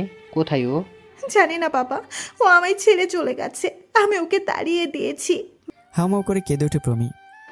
তুই কি করে করতে পারলি এমনটা ছেলেটার সাথে? বাবা, তুমি আমায় যা করবে করো, কিন্তু আমায় হৃদয়কে এনে দাও বাবা, আমার হৃদয়কে এনে দাও। প্রমির বাবার মেয়ের উপর প্রচণ্ড রাগ ওঠে, কিন্তু মেয়ের কান্না সে সহ্য করতে পারে না। কান্দিস না মা, আমি হৃদয়ের খোঁজ করছি। প্রমির বাবা পুলিশকে খবর দেয়। প্রমির বাবা জানতো যে সুমন আমার বেস্ট ফ্রেন্ড, তাই সে প্রমিকে নিয়ে সুমনের কাছে যায়। সুমনের বাড়ি গিয়ে জানতে পারে সুমন সদর হাসপাতালে আছে। তাই প্রমির বাবা ও প্রমি চলে যায় হাসপাতালে। তারা সুমনের কাছে পৌঁছাতেই সুমন বাবা, হৃদয় কোথায়? হৃদয়ের খবর জানো? সুমন চুপচাপ দাঁড়িয়ে আছে। প্রমি সুমনের হাত ধরে কাঁদতে কাঁদতে বলতে লাগলো, ভাইয়া, ভাইয়া বলো হৃদয় কোথায়, প্লিজ ভাইয়া আমাকে হৃদয়ের কাছে নিয়ে চলো। সুমন এক ঝটকায় হাত ছড়িয়ে নেয়। আর কত নাটক করবি প্রমি? আমার ভাইটা জীবনটা শেষ করে দিয়েছিস তুই। হৃদয় যদি কিছু হয়, সত্যি বলছি আমি তোরে খুন করে ফেলবো। ভাইয়া, আপনি আমায় যা করবেন করেন, আমি ভুল করেছি, আমায় একবার ওর কাছে নিয়ে চলুন। সুমন কোনো কথা না বলে একটু কেবিনে ঢুকে গেল। প্রমি অনুরোধ করতে করতে সুমনের পিছে পিছে কেবিনটিতে ঢুকলো। ঢুকতেই যেন প্রমির মাথায় আকাশ ভেঙে পড়লো। হৃদয়, হৃদয় এখানে শুয়ে আছে কেন? কি হয়েছে ওর? প্রমি দেখলো আমি বেডে শুয়েছি আর মুখে অক্সিজেন মাস্ক লাগানো। আমাকে এই অবস্থায় দেখার জন্য একদমই প্রস্তুত ছিল না প্রমি। কি করে হলো সুমন ভাই? আমি জানি না, আগের দিন ক্যাম্পাসে হৃদয়কে একটা ফোন কিনে দিয়েছিলাম। রাতে ওর নাম্বার থেকে রাতে কল আসে। তখন একজন অপরিচিত লোক বলে হৃদয়ের অ্যাক্সিডেন্ট হয়েছে। হ্যাঁ, যদি সেদিন ওকে ফোন না দিতাম তবে আজ হয়তো হৃদয়ের আর পেতাম না। ডাক্তার কি বললো ভাইয়া? ডাক্তার ওর সম্পর্কে কিছুই পরিষ্কারভাবে বলেনি, কখন জ্ঞান ফিরবে কিছুই বলেনি। আমি জানি হৃদয়ের কিছুই হবে না, ও ঠিক হয়ে যাবে, ও অবশ্যই ঠিক হয়ে যাবে। প্রমিকে রেখে সুমন কেবিন থেকে বেরিয়ে গেল। সুমনের প্রচণ্ড রাগ হচ্ছে প্রমির উপর, কিন্তু কিছু বলতে পারছে না। প্রমি হলো তার প্রিয় মানুষটার ভালোবাসা। সুমন বেরিয়ে যাওয়ার পর প্রমি আমার কাছে বসলো। আজ নিজের কাছে নিজেকে খুব অপরাধী মনে হচ্ছে প্রমির। আমার এই অবস্থার জন্য সে নিজেকে দায়ী করছে। আজ 3 দিন হয়ে গেল আমার জ্ঞান ফেরেনি। প্রমি এই 3 দিনে আমাকে রেখে এক মুহূর্তের জন্য কোথাও যায়নি। সবসময় আমার সুস্থতা প্রার্থনা করেছে। প্রমির এই রূপ দেখে সুমনের ও প্রমির উপর থেকে রাগ সব সরে গেল। বিকেলবেলা সুমন ডাক্তারের সাথে কথা বলছে, আর প্রমি বসে আছে আমার মাথার কাছে। সে এক দৃষ্টিতে চেয়ে আছে আমার মুখের দিকে। হঠাৎ সে খেয়াল করলো আমার চোখের পাতা নড়ছে। সে চিৎকার করে আমাকে ডাকতে লাগলো। সুমন কেবিন এসে দেখে আমি তখন আস্তে আস্তে চোখ খুলছি। সুমন আর প্রমি আমার পাশে বসা। আমি চোখ খুলতেই ভাই, ভাই দেখ, আমি সুমন। আমি চুপচাপ শুয়েছি। আমায় ক্ষমা করে দাও, আমার ভুল হয়ে গেছে, আর কোনোদিন তোমার সাথে খারাপ ব্যবহার করব না।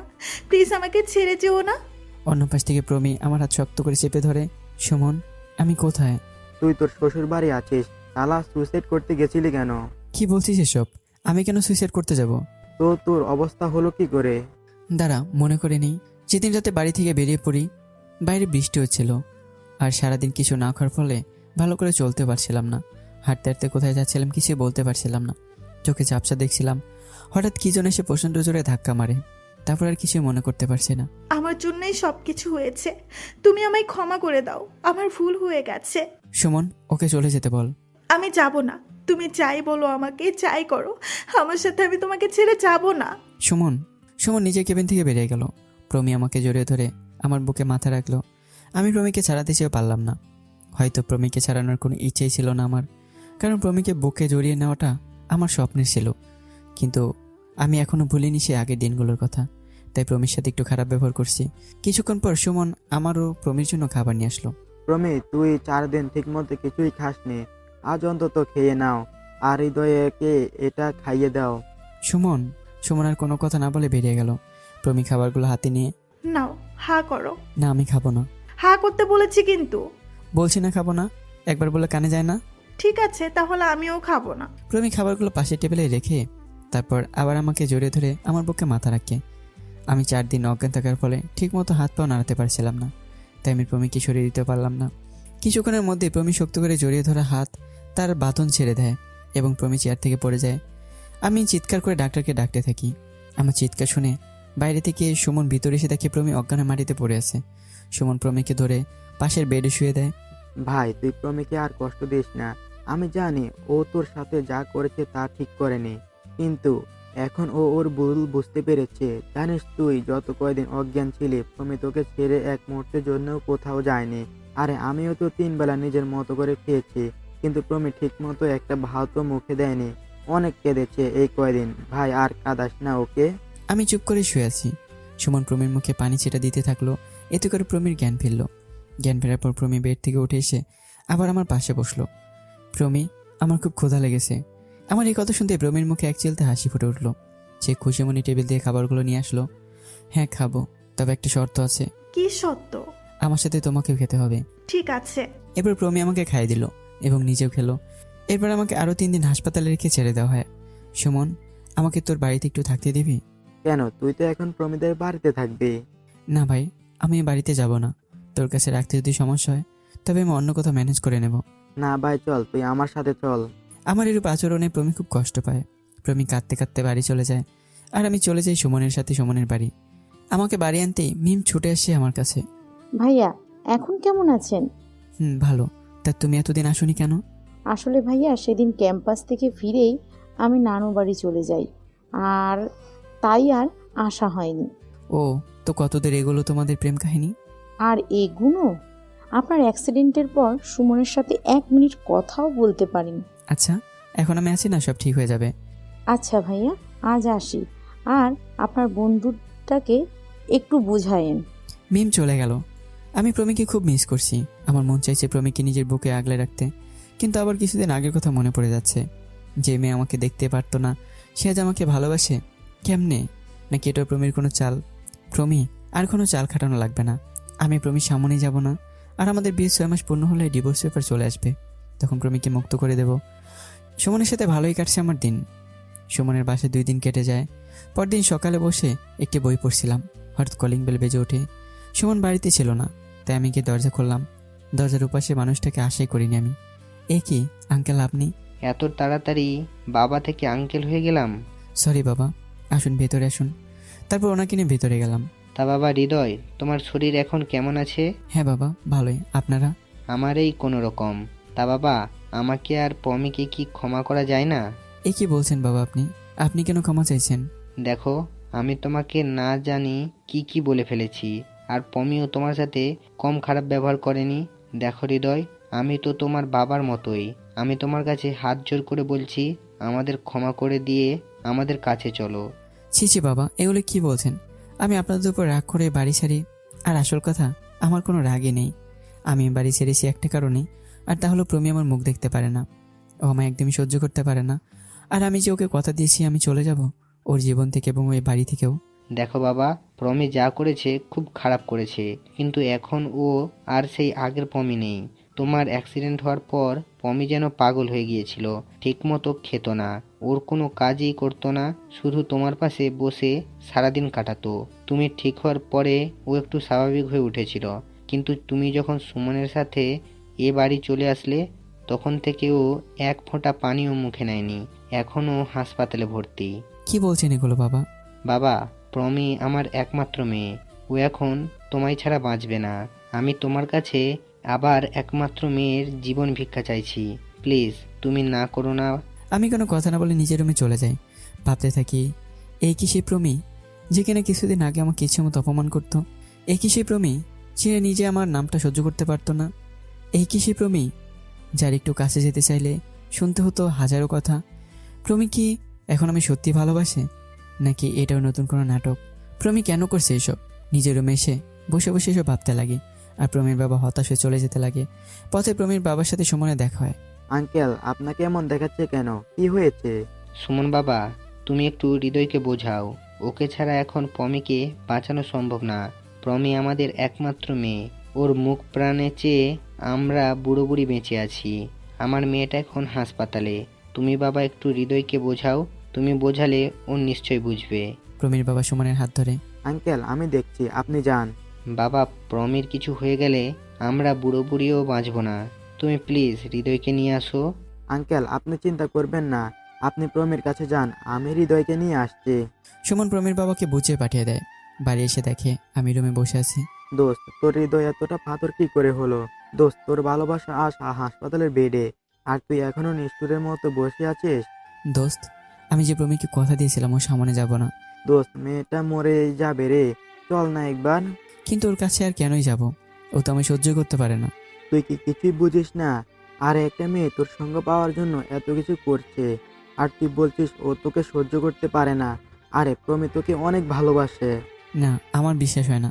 প্রমি যদি সত্যি আমায় ভালোবাসে তবে তার প্রমাণ দিতে হবে। আমি পরীক্ষা নেব। তা তুই যা করবি করিস, আগে হাসপাতালে চল। তারপর সুমন আর আমি মিলে রওনা হলাম হাসপাতালের উদ্দেশ্যে। বাবা, হৃদয় আসেনি? বাবা, হৃদয় কোথায়? ও আসছে মা, কিছুক্ষণের মধ্যেই চলে আসবে। তুমি মিথ্যা বলছো, আমি জানি ও আসবে না, তাই না বাবা? ও তোমায় না করে দিয়েছে, তাই না? প্রমির বাবা নিশ্চুপ হয়ে দাঁড়িয়ে আছে।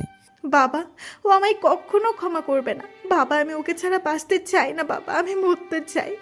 আমায় মেরে ফেলো বাবা, আমি মরতে চাই। প্রমি কথাগুলো বলে কাঁদতে লাগলো। কিছুক্ষণ নিরাপত্তার পরই প্রমির চোখ গেল দরজায়। দেখে সেখানে আমি দাঁড়িয়েছি। প্রমির মুখে এক চলতে হাসি। মেয়ের মুখে হাসি দেখে প্রমির বাবা দরজার দিকে তাকালো। সে আমাকে দেখতে পেয়ে স্বস্তি নিঃশ্বাস ফেললো। প্রমির বাবা উঠে কেবিন থেকে বেরিয়ে যাওয়ার সময়, বাবা, প্রমিকে গত 2 দিন হাজার চেষ্টা করেও কিছু খাওয়াতে পারিনি। টেবিলে খাবার রাখা আছে, ওকে একটু খেয়ে নিতে বলো। বলে প্রমির বাবা কেবিন থেকে চলে গেল। আমি সোজা টেবিল থেকে খাবারগুলো নিয়ে প্রমির কাছে গেলাম। প্রমি এক দৃষ্টিতে তাকিয়েছে ও প্রিয় মানুষটার দিকে। আমি খাবারগুলো নিয়ে প্রমির পাশে বসলাম। প্রমির দিকে তাকিয়ে দেখলাম কতটা বদলে গেছে আগে প্রমি। চোখে নিচে কালো দাগ, রোগা শরীর, চোখ দুটো ফুলে আছে। প্রমিকে এই অবস্থা দেখে খুব কষ্ট হচ্ছিল। প্রমি, খাবারগুলো খেয়ে নাও। প্রমি কোনো কথাই বলছে না। প্রমি, ওর গায়ে হাত দিয়ে হালকা নাড়া দিলাম। হ্যাঁ বলো। খাবারগুলো খেয়ে নাও। আমি হাত নাড়াতে পারছি না, খুব কষ্ট হচ্ছে, তুমি একটু খাইয়ে দেবে প্লিজ? প্রমির এমন করুণ কণ্ঠ শুনে নিজের অজান্তে চোখে পানি চলে আসে। আমি নিজ হাতে প্রমিকে খাবারগুলো খাইয়ে দিতে থাকি। আর প্রমি এক দৃষ্টিতে চেয়ে থাকে আমার মুখের পানে। মন ভরে দেখছে ওর প্রিয় মানুষটাকে। খাবার শেষ করে আমি প্রমির পাশে বসে থাকি। প্রমির হাতে এখনও স্যালাইন চলছে। একটু বাবাকে ডেকে দিবে প্লিজ? আমি প্রমির বাবাকে ডেকে আনি কেবিনে। কি হয়েছে মা, বলো। আমার এখানে থাকতে ভালো লাগছে না, আমি বাসায় যাব। কিন্তু মা, তুই তো এখনো অসুস্থ। কিচ্ছু হবে না বাবা, আমি এখন ঠিক হয়ে যাব। এখানে আমার থাকতে ইচ্ছে হচ্ছে না। প্রমির কথায় আর না করলো না প্রমির বাবা। বিকেলে প্রমিকে গাড়িতে করে বাড়িতে নিয়ে আসা হলো। কিন্তু সমস্যা হচ্ছে প্রমির রুম 2 তলায়, আর সিঁড়ি দিয়ে হুইল চেয়ারে ওঠানো সম্ভব না। আর প্রমি এতটাই দুর্বল যে দাঁড়াতে পারছে না। তাই আমি বাধ্য হয়ে প্রমিকে কোলে করে নিতে হলো। প্রমি আমার গলা 2 হাত দিয়ে জড়িয়ে আমার বুকে মাথা রাখলো। এই প্রথম প্রমি আমার বুকে মাথা রাখলো। এই যেন এক অন্যরকম সুখ অনুভব হচ্ছে প্রমির। প্রমি প্রার্থনা করছে এই সময় যেন শেষ না হয়। আমি প্রমিকে নিয়ে প্রমির বিছানায় শুয়ে দিলাম। প্রমি আমার গলা ছাড়তে চাইছিল না, কিন্তু আমি জোর করে ছাড়িয়ে ওয়াশরুমে চলে গেলাম। কিছুক্ষণ পরে সে প্রমির পাশে বসেই একটা বই পড়তে লাগলাম। প্রমি একদৃষ্টিতে তাকিয়েছে আমার দিকে। রাতে প্রমিকে খাইয়ে দিতে হলো। প্রমির ঘুম আসছিল না। আমার খুব ভয় করছে, তুমি প্লিজ আজ আমার কাছে শোবে। আমি কোনো কথা না বলে সোফা থেকে উঠে গিয়ে প্রমির পাশে হয়ে বসলাম। আমার না ঘুম আসছে না, একটু ঘুম পাড়িয়ে দেবে, খুব মাথা ব্যথা করছে। আমি কোনো কথা না বলে প্রমির মাথা হাতে দিতে লাগলাম। প্রিয় মানুষটির ছোঁয়া পেয়ে প্রমির ভালো লাগছে, তাই কিছুক্ষণের মধ্যে সে ঘুমিয়ে পড়লো। প্রমিকে ঘুম পাড়িয়ে আমি সোফায় গিয়ে শুয়ে পড়লাম। জানি না প্রমি এখন কেমন করছে। ও তো আমার কাছ থেকে মুক্তি চায়, তবে কেন আবার আমার কাছে টানছে, কেন আবার আমায় জড়িয়ে ফেলছে ওর মায়া জালে। প্রমি আসলে কী চাইছে, এসব কথা ভাবতে ভাবতে ঘুমিয়ে পড়লাম।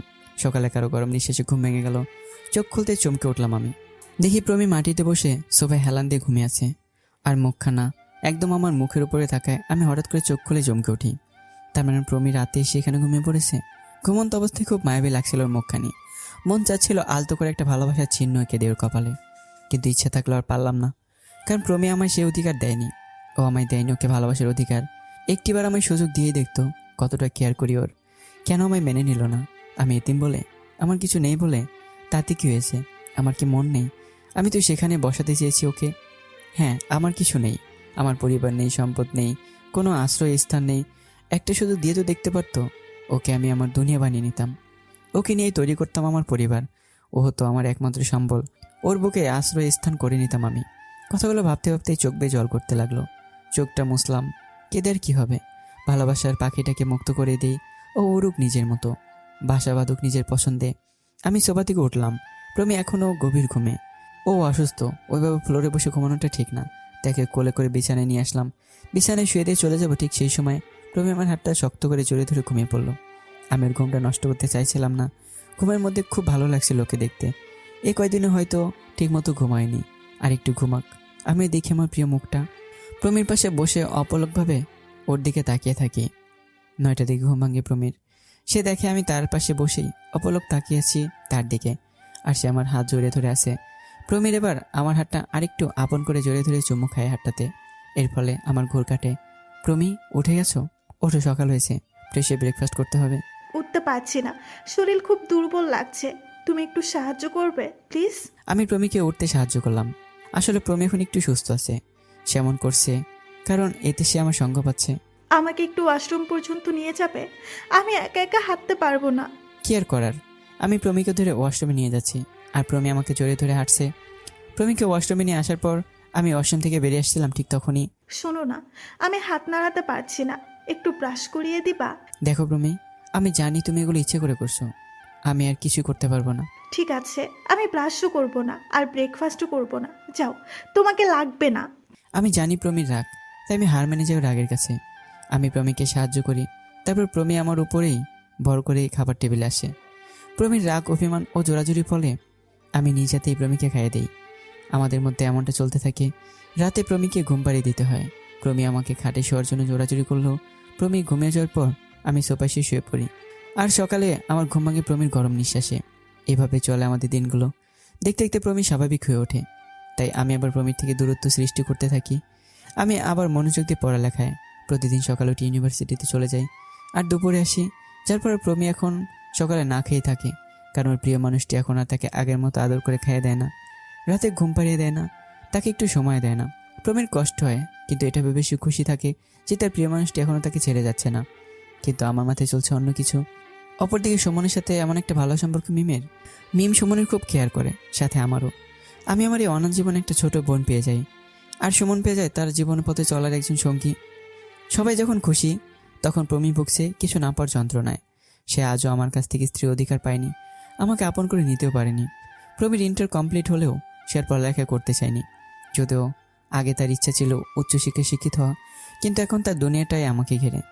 সে এখন স্বপ্নে দেখে ছোট্ট একটা পরিবারের সুখ, শান্তি, ভালোবাসা, কিন্তু সে আজও পারেনি আমাকে আপন করে নিতে। দুপুরে আমার পথে বসেছে প্রমি।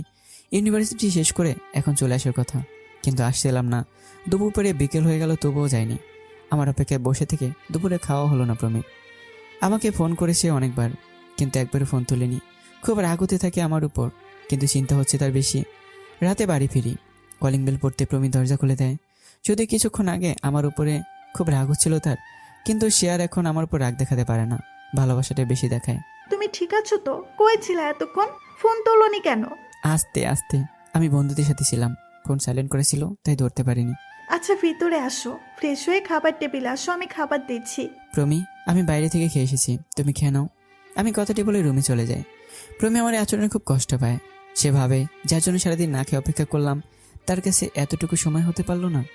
প্রমিও খাবার খেলো না। রাতে আমি বুঝতে পারলাম প্রমি অভিমান করেই আছে, তাই প্রমিকে নিচেতে খাইয়ে দিলাম।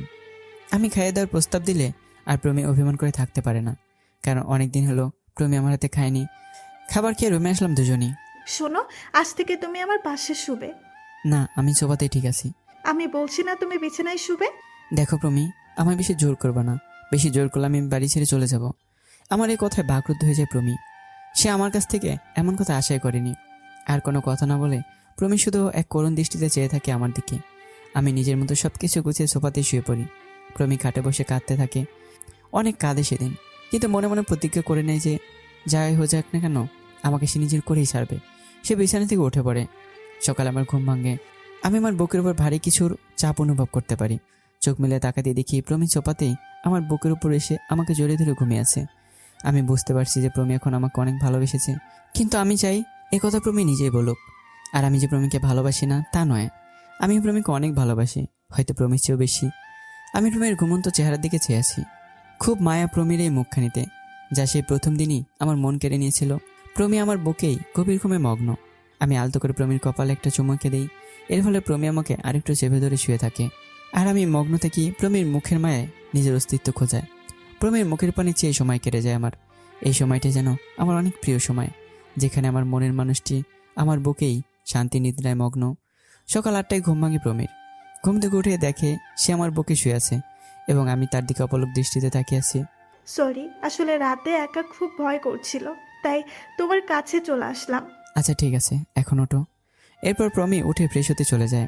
আমি ভাবতে থাকি প্রমির পাগলামি, কিন্তু প্রমি এখনও কেন বলছেন ওর ভালোবাসার কথা। ও যদি সহজে নাই বলে, তবে আমাকে আরও একটু নিষ্ঠুর হতে হবে, কারণ আমি প্রমিকে আমার মনের কথা একবার জানিয়ে দিয়েছি। এখন সময় ওর। সহজে না বললে অন্যভাবেই কিন্তু বলতে হবে ওকেই। প্রমি ফ্রেশ হয়ে আসলো। আজ ছুটির দিন, তাই আমি ফ্রেশ হয়ে নিচে চলে গেলাম। আমি সোফায় বসে রাশেদ সাহেবের সাথে কথা বলছিলাম, মানে আমার শ্বশুরের সাথে। আর প্রমি আজ নিজ হাতে রান্না করতে গেছে, হয়তো আমাকে নিজে হাতে রান্না করে খাওয়াবে বলেই আমি আমার শ্বশুর কথা বলতে বলতে ব্রেকফাস্ট তৈরি। আজ যদিও একটু দেরি হয়েছে, তবুও কেউ কিছু বললো না, কারণ আজ প্রমি প্রথম রান্না করলো, তাও আর নিজের ইচ্ছায়। আমি মনে মনে অনেক খুশি, তবে প্রকাশ করলাম না। আর 5টা দিনের মতোই আজও স্বাভাবিকভাবে ব্রেকফাস্ট সেরে নিলাম। প্রমি কিছুটা মন খারাপ, কারণ যার জন্য সে অত কষ্ট করে খাবার রান্না করলো সে কোনো কথাই বললো না। আমি খাবার খেয়ে রুমে গিয়ে কিছুক্ষণ বিশ্রাম নিলাম। প্রমিও ব্রেকফাস্ট করে নিল। ব্রেকফাস্ট করে রুমে এসে প্রমি, একটা কথা বলবো? বলো। আজ বিকেলে একটু শপিংয়ে যাবো, প্লিজ যাবে আমার সাথে? না গেলে হয় না? প্লিজ না করো না। আচ্ছা ঠিক আছে, বিকেলে তৈরি থেকো। ধন্যবাদ। আমি রাজি হতে প্রমি অনেক খুশি হয়। প্রমি কিছুই বুঝতে পারছে না আমি কেউকে ভালোবাসি, কারণ আমি প্রমিকে আপন করে নিচ্ছিও না, আবার একেবারে পর করেও দিচ্ছে না। আমার ছোটোখাটো অবহেলায় যতটা কষ্ট পায়, তার থেকে বেশি খুশি হয় যখন আমি ওর কোনো কথা রাখি। বিকেলে প্রমি একটু হলুদ শাড়ি পরে তৈরি হয়। প্রমিকে হলুদ শাড়িতে দেখে আমি তো আবার লাড্ডু প্রমির উপর। কিন্তু কি করব বলুন, তা তো প্রকাশ করব না। আমি এমন ভাব করছি যেন আমি প্রমিকে নোটিসই করিনি। চলো যাই। ও হ্যাঁ চলো। প্রমি এত কষ্ট করে সাজলো, আর আমি তার দিকে কোনো খেয়ালই করিনি। যাই হোক, প্রমিকে নিয়ে বেরিয়ে পড়লাম, তবে গাড়িতে নয়, রিক্সায়। প্রমি আর আমি রিক্সায় পাশাপাশি হলেও বেশ দূরত্ব রেখে বসেছি। প্রমির চোখের আড়ালেই আমি বারবার প্রমির দিকে তাকাচ্ছি, আর প্রমি এই ভেবে মন খারাপ করছে যে যার জন্য এত কষ্ট করে সাজলাম তার চোখে পড়লো না। এমনভাবে বসছো কেন? পড়ে যাবে তো। না, আমি ঠিক আছি। কি ঠিক আছো? এদিকে আসো তো। বলেই প্রমি আমার এক হাত জড়িয়ে ধরে বসে। আমি কোনো কথা বলি না, বাইরের দিকেই তাকিয়েছি। প্রমিকে অ্যাভয়েড করলো, ভিতরে ভিতরে প্রমিকেই চাই আমি। রিক্সা থামলো অনেক বড় একটা শপিং মলের সামনে। তারপর দুজনে মিলে শপিং করলাম সন্ধ্যার একটু আগে আমরা দুজনেই রাস্তা দিয়ে হাঁটছিলাম। এমন সময় নীলিমার আগমন। নীলিমা হচ্ছে মিমের বন্ধু। মিম আর সুমনের সম্পর্ক তৈরির সুবাদে আমার সাথে নীলিমার পরিচয়। আরে ভাইয়া, কি খবর আপনার? এই তো ভালো, তুমি? জি, আমিও ভালো। তা ভাইয়া চলেন না, একটু ফুচকা খাবো। ফুচকা খাবে? আচ্ছা চলো। প্রমি চলো আমরা ফুচকা খেয়ে আসি। আজব, আমি পাশে দাঁড়িয়ে আছি কিন্তু আমাকে একদম কিছু বললোই না। অনিচে থাকলেও সে আমাকে না করতে পারিনি। হ্যাঁ চলো। তারপর একটা ফুচকার দোকানে গিয়ে 3 প্লেট ফুচকার অর্ডার দিলাম। সবাই ফুচকা খাচ্ছে, কিন্তু প্রমির ইচ্ছে হচ্ছে সে আমাকে খাইয়ে দিক আর আমি তাকে খাইয়ে দিই। ভাইয়া হা করুন। আমি খাচ্ছি তো, তুমি খাও। আপনাকে হা করতে বলেছি না, আপনি হা করুন। আচ্ছা নাও, হ্যাঁ। এরপর নীলিমা আমাকে খাইয়ে দিল। নিন ভাইয়া, এবার আপনি আমায় খাইয়ে দিন। তারপর হৃদয়ও নীলিমাকে খাইয়ে দিল। এটা দেখে তো নীলা রাগে লাল হয়ে যাচ্ছে। তার ইচ্ছা হচ্ছে এখনই নীলিমার মাথার চুলগুলো টেনে ছিঁড়ে ফেলতে। হাজার রাগ সত্ত্বেও সে হৃদয়কে কিছুই বলতে পারছে না, কারণ হারানোর ভয়। যদি হৃদয় আবার তাকে ছেড়ে চলে যায়, তাই সে সেখানে চুপচাপ নিজের মতো দাঁড়িয়ে আছে। এ কি প্রমি, তুমি ফুচকা খাচ্ছ না কেন? না, এই তো খাচ্ছি। ভাইয়া, আমি কিন্তু আপনার উপর রাগ করে আছি। রাগ? কিন্তু কেন? আপনাদের ডিভোর্স পার্টিতে আমায় কেন ইনভাইট করলেন না? কথাটা শুনে নীলা চমকে উঠল। কি বললে? ডিভোর্স? হ্যাঁ, কেন আপনি জানেন না? আপনার আর হৃদয় ভাইয়ের বিয়ের 6 মাস পূর্ণ হয়ে গেছে। তাই হৃদয় ভাই আগামী পরশু একটা ডিভোর্স পার্টির আয়োজন করেছে। ও কি বলছে এগুলো?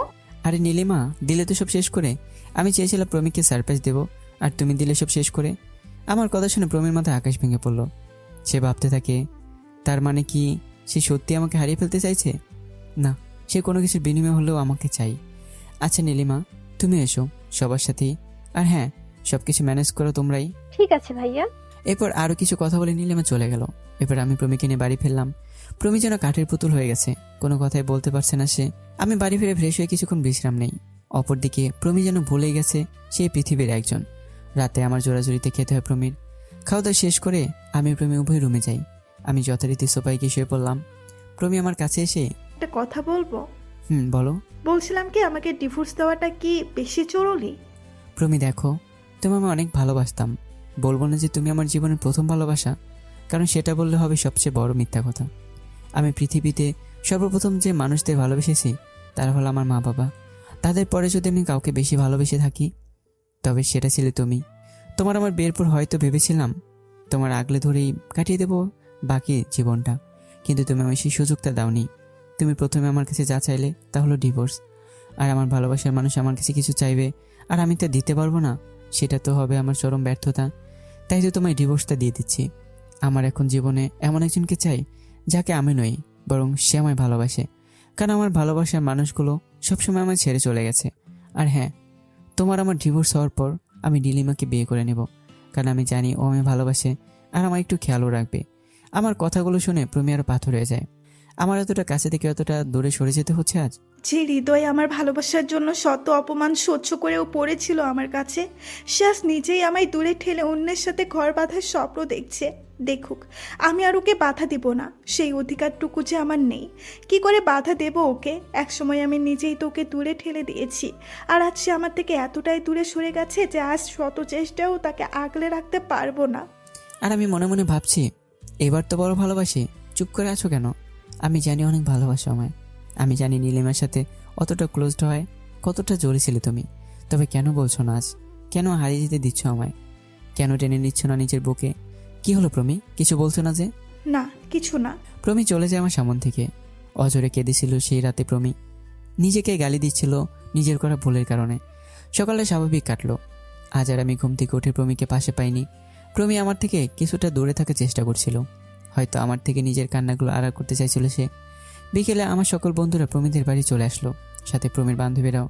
দোস্ত, যাক তুই অবশ্যই সেই ছোট লোকের বাচ্চাটার থেকে মুক্তি পেতে চলেছিস আজ। প্রমির এক বান্ধবী বলল কথাটি। প্রমি বসিয়ে দিল তার গালে সজোরে এক চর। মুখ সামলে কথা বল জুই। নীলার বেস্ট ফ্রেন্ডের নাম জুই। দোস্ত, তুই আমায় মারলি? তুই আমার স্বামীর ব্যাপারে উল্টাপাল্টা বললি কেন? তুই তো নিজেই বলতি ওই ছোট লোকের বাচ্চাটা তোর জীবনটা শেষ করে দিচ্ছে। তুই যদি ওকে নিয়ে আরেকটা কথা বলিস তো আমি ভুলে যাব তুই আমার বেস্ট ফ্রেন্ড। জুয়ার কোনো কথা না বলে অন্য বান্ধবীদের নিয়ে রুম থেকে বেরিয়ে যায়। সবাই ছাদে পার্টির ব্যবস্থা করেছে, আর প্রমীর বাবা মাও কিছু বলছে না। বেলা যত গড়তে লাগলো, প্রমীর কান্নাটা তত বাড়তে লাগলো। আজ রাত 12টায় হারাতে চলেছে তার প্রিয় মানুষটাকে। না, আমি হৃদয়কে কিছুতেই ডিভোর্স দিব না। ও চাই করুক, আমি ডিভোর্স লেটারে স্বাক্ষর করব না। এদিকে বিকেল পেরিয়ে রাত হয়। প্রমি আজ দুপুরেও রাতে কিছুই খায়নি। অনেক জোর করেছিল, কিন্তু ফলাফল শূন্য। রাত 11:50। রুমে ঢুকেই প্রমিকে ঢাক দিলাম। আমার চোখের আড়ালে নিজে চোখের পানি মুছে নিল প্রমি। হ্যাঁ বলো। চলো, ছাদে সবাই তোমার জন্য অপেক্ষা করছে। আজ যে তোমার খুশির দিন, তুমি কি খুশি নও? হ্যাঁ, আজ আমার খুশির দিন। আজ আমি সত্যি অনেক খুশি। হ্যাঁ চলো। ছাদের দিকে হাঁটতে লাগলাম দুজনেই। হঠাৎই প্রমি মাথা করে পড়ে যেতে লাগলো। সাথে সাথে আমি প্রমিকে ধরে নিলাম। প্রমি, প্রমি, কি হয়েছে তোমার? এমন করছো কেন? প্রমি মুখে একটা হাসি নেই। আমি কখনোই পারবো না ডিভোর্স লেটারে স্বাক্ষর করতে, কখনোই পারবো না তোমায় পর করে দিতে, তাই।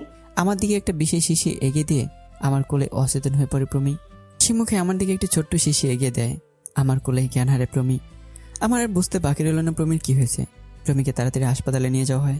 সাথে প্রমির মা বাবা আর পার্টিতে এসে সবাই যায় হাসপাতালে। প্রমিকে অপারেশন থিয়েটারে নিয়ে যাওয়া হয়। সবাই বাইরে অপেক্ষা করতে থাকে।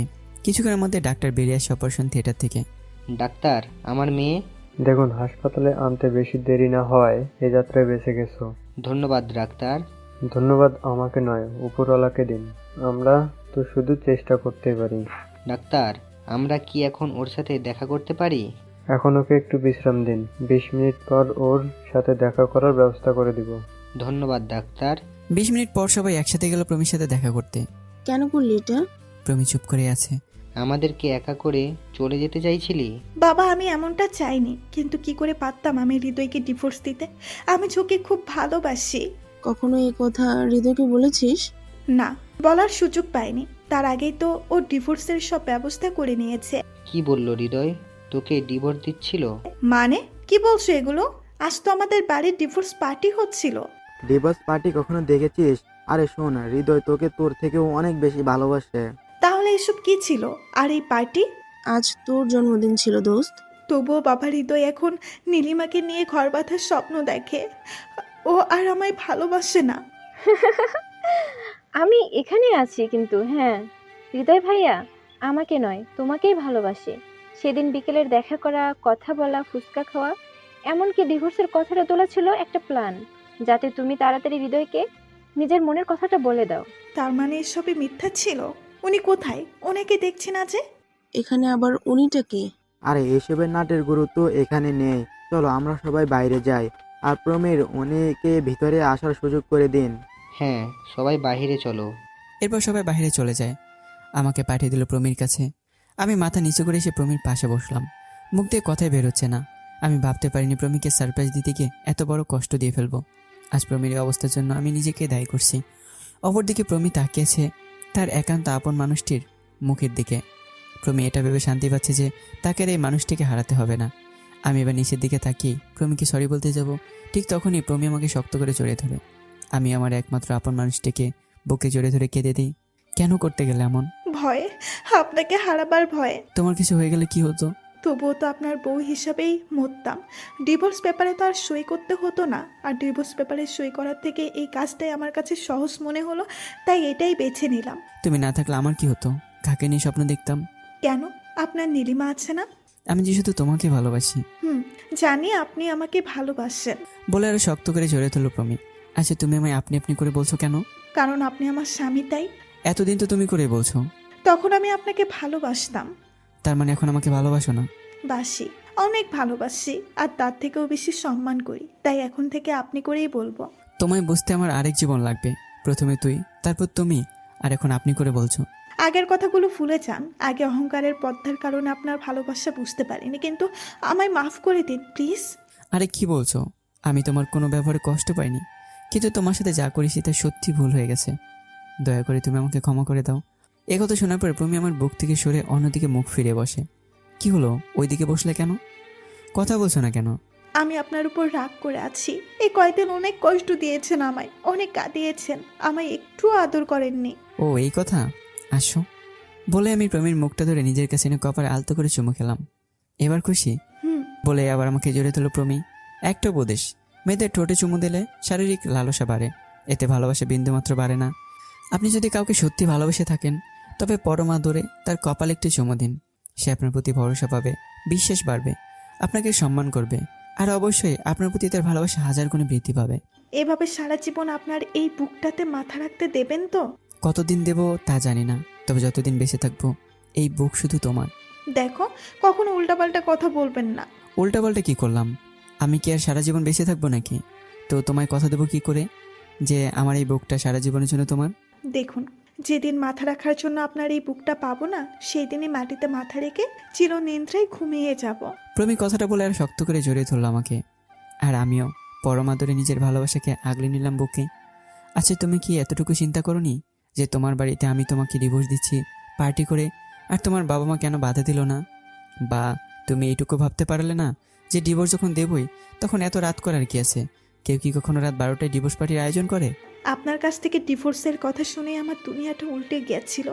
হারিয়ে ফেলেছিলাম সব চিন্তা শক্তি। আপনি খুব কষ্ট দিয়েছেন আমায়। আমি প্রমিকে বুকে জড়িয়ে নিলাম। আমি খুব সরি, তোমায় একটু সারপ্রাইজ দিতে গিয়ে কষ্ট দিয়ে ফেলেছি। যাই হোক, আজ আমি আমার জন্মদিনের বেস্ট উপহারটা পেয়েছি, তা হলো আপনার ভালোবাসা। সত্যি এটা আমার জন্য অনেক। ভাবি, আমি কি একটু আসতে পারি? আপনারা বাকি রোমান্স বাড়ি গিয়ে কইরেন। হ্যাঁ নীলিমা, আসো আসো। প্রমি তখন আমাকে জড়িয়ে ধরে আছে। বাবা, ভাবি তো ভাইকে পুরো নিজের মধ্যে লক করে রেখেছেন। ভয় নেই, আমি ভাইকে চুরি করব না আপনার কাছ থেকে। নীলিমার কথা শুনে আমরা তিনজনে হেসে ফেললাম। আগের দিন যখন ভাইয়া আমায় ফুচকা খাইয়ে দিচ্ছিল, তখন আপনি আমার দিকে যে লুকস দিচ্ছিলেন না, ভাবি সত্যি খুব ভয় করছিল। আপনি আমার মাথায় না ফুচকার প্লেট মেরে দেন। হ্যাঁ, সেদিন খুব রাগ হচ্ছিল তোমার উপর, কিন্তু এখন নেই। তা ভাবি, ভাইয়া কি আপনার ভালোবাসার কথা বলেছেন, নাকি আমি প্রপোজ করে দিব? করো, সমস্যা নাই। আমি জানি তোমার ভাইয়া এখন শুধুই আমার। এভাবে আরও কিছুক্ষণ কথা হলো তিনজনের মধ্যে। তখনও প্রমি আমার বুকে ছিল। আজ যেন এই বুক ছাড়তে ইচ্ছে করছে না প্রমির। 2 দিন লাগলো প্রমির সম্পূর্ণ সুস্থ হতে। এই 2 দিনে আমি তার পাশেই ছিলাম। প্রমিকে নিজ হাতে খাইয়ে দিতাম, রাতে ঘুম পাড়িয়ে দিতাম। প্রমি কখনো আমাকে চোখের আড়ালই হতে দেয়নি এই 2 দিন। রাতে যখন আমি প্রমিকে ঘুম পাড়িয়ে দিতাম তখন প্রমি আমার এক হাত খুব শক্ত করে জড়িয়ে ধরে ঘুমিয়ে পড়তো, যাতে ঘুমানোর পর আমি তাকে ছেড়ে না যাই। আমি রাতে ঘুমাতাম না। প্রমির ঘুমন্ত মায়াবী মুখের দিকে তাকিয়ে রাত পার করে দিতাম। রাতে প্রমির অজান্তে কত চুমু খেয়েছে এই মায়াবী মুখখানিতে তা আমি নিজেও জানি না। কি যেন একটা টানে আমাকে, আমার ভেতরটা কেন যেন বারবার প্রমির দিকে আকর্ষণ করে। যাই হোক, আমি এতটুকু তো বুঝে গেছি যে আমার দুঃখে জীবনের অবসান ঘটেছে, আর আমার একটা জীবনে পথ চলার একজন সাথী পেয়ে গেছি। এখন হাজার ঝড়েও তার হাত ছেড়ে দেব না। প্রমিকে হাসপাতালে থেকে বাড়িতে নিয়ে আসা হয়। সে এখন সম্পূর্ণ সুস্থ। প্রমিকে সকালে খাইতে ভার্সিটি চলে যাই আমি। অনেকদিন ভার্সিটিতে আসা হয় না বিধায় আমাকে আগের মতো পড়াগুলো সংগ্রহ করতে হয়, আর এতে দুপুর পেরিয়ে বিকেল হয়ে যায়। এর মধ্যে আমি প্রমিকে ফোন দেওয়ার কথা ভুলে গিয়েছি। বিকেলে বাড়ি ফিরে রুমে যাই, দেখি প্রমি খাটের এক কোণে বসে আছে। আমি ফ্রেশ হয়ে এসে প্রমির সামনে একটি চেয়ারে বসি, প্রমির হাতটা ধরি। তুমি খাওনি কেন?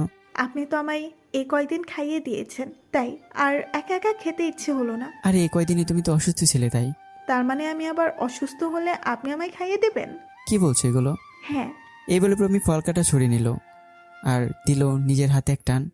এই কি করছো? এখন তো আমার হাত কাটা, এখন আপনি আমায় খাইয়ে দিবেন? আরে পাগলি, আমি তোমায় 3 বেলা খাইয়ে দেবো, এবার হয়েছে? এদিকে আসো, অনেক রক্ত পড়ছে। এরপর প্রমির হাত ড্রেসিং করে ব্যান্ডেজ করে দিলাম। এরপর ওকে খাইয়ে দিতে হলো। বিকেলের সাথে প্রমিকে কোলে বসে গল্প করতে হলো। প্রমি আমার বুকে মাথা এলিয়ে দিল। দুজনে বসে একসঙ্গে সন্ধ্যার গোধূলি দেখলাম, যেমনটা আমার স্বপ্নে ছিল। রাতে প্রমিকে খাইয়ে দিলাম, তারপর রুমে গেলাম। আমি জানি প্রমি আর আমায় সোফায় ঘুমাতে দেবে না। সামান্য খাইয়ে দেওয়ার কথা নিয়ে এভাবে হাত কাটলো, সোফায় ঘুমালে না জানি কি করে। তাই আমি আর সোফায় ঘুমানোর কথাই তুলিনি। আমি প্রমির পাশে শুয়ে পড়লাম। প্রমি নিজের মাথার নিচ থেকে বালিশটা ফেলে দিল। এ কি, বালিশ ফেলে দিলে কেন? তুমি শুবে কিসে? আমি এখানে শুব। বলে প্রমি আমাকে বুকে জড়িয়ে আমার বুকে মাথা রাখলো। আজ থেকে এটাই আমার মাথা রাখার আশ্রয়। প্রমির এই কথায় আমি প্রমিকে আরো শক্ত করে জড়িয়ে ধরলাম। আপনার কাছে একটা আবদার করব? বলো। আমি একটা ছোট্ট পরিবারের স্বপ্ন দেখি। এখন আমার একটাই স্বপ্ন, বিকেল গড়িয়ে সন্ধ্যা আসবে, পশ্চিম আকাশে গোধূলির রং, আপনি আর আমি পাশাপাশি হাঁটছি, আর আমাদের দুজনের হাত ধরে হাঁটছে আমাদের আগামী দিনের আলো। আপনি কি দেবেন আমাকে সেই আলোটা এনে? কি বলছে এগুলো? বলছিলাম কি, আমার একটা ছোট্ট বেবি লাগবে, প্লিজ না করবেন না? কিন্তু আমি তখন পড়ালেখা শেষ করিনি। তাতে কি হয়েছে? আমাদের কি কম আছে নাকি? আমি আর পড়ালেখা করব না, এখন একটা সুন্দর সংসার সাজাতে চাই। আপনি আপনার মতো পড়ালেখা করেন, বাবা বিজনেস সামলাও, আর আমি বেবি নিয়ে থাকবো। প্লিজ না করবেন না। তো আমার বউটা এই আবদার করলো, তা এখন তো আমাকে একটু দুষ্টুমি করতেই। আপনার বউ তো আপনাকে না করলো কে? তো চলো। তারপর আর কি, সেদিন থেকেই শুরু আমার প্রমীর সুখের সংসার। আমি এতিম হলেও নিয়তি আজ আমাকে আবার সব ফিরিয়ে দিয়েছে। হয়তো নিয়তি পারেনি আমার মা বাবার ভালোবাসা ফিরিয়ে দিতে, হয়তো পারেনি আমার শৈশবের দিনগুলো ফিরিয়ে দিতে, কিন্তু আজ নিয়তি আমাকে দিয়েছে একটি পরিবার। প্রমীর বাবা মা আমাকে অনেক ভালোবাসে, আর প্রমী তো নিজের থেকেও বেশি ভালোবাসে আমাকে। নিয়তি হয়তো পারেনি তার ফাঁকা স্থানগুলো পূরণ করতে, কিন্তু নিয়তি একেবারেই নিরাশ করেনি। জীবনে যে পরিস্থিতি আসুক না কেন, উপরওয়ালার উপরে ভরসা রাখুন, তিনি আপনাকে কখনোই নিরাশ করবে না। আল্লাহ হাফেজ।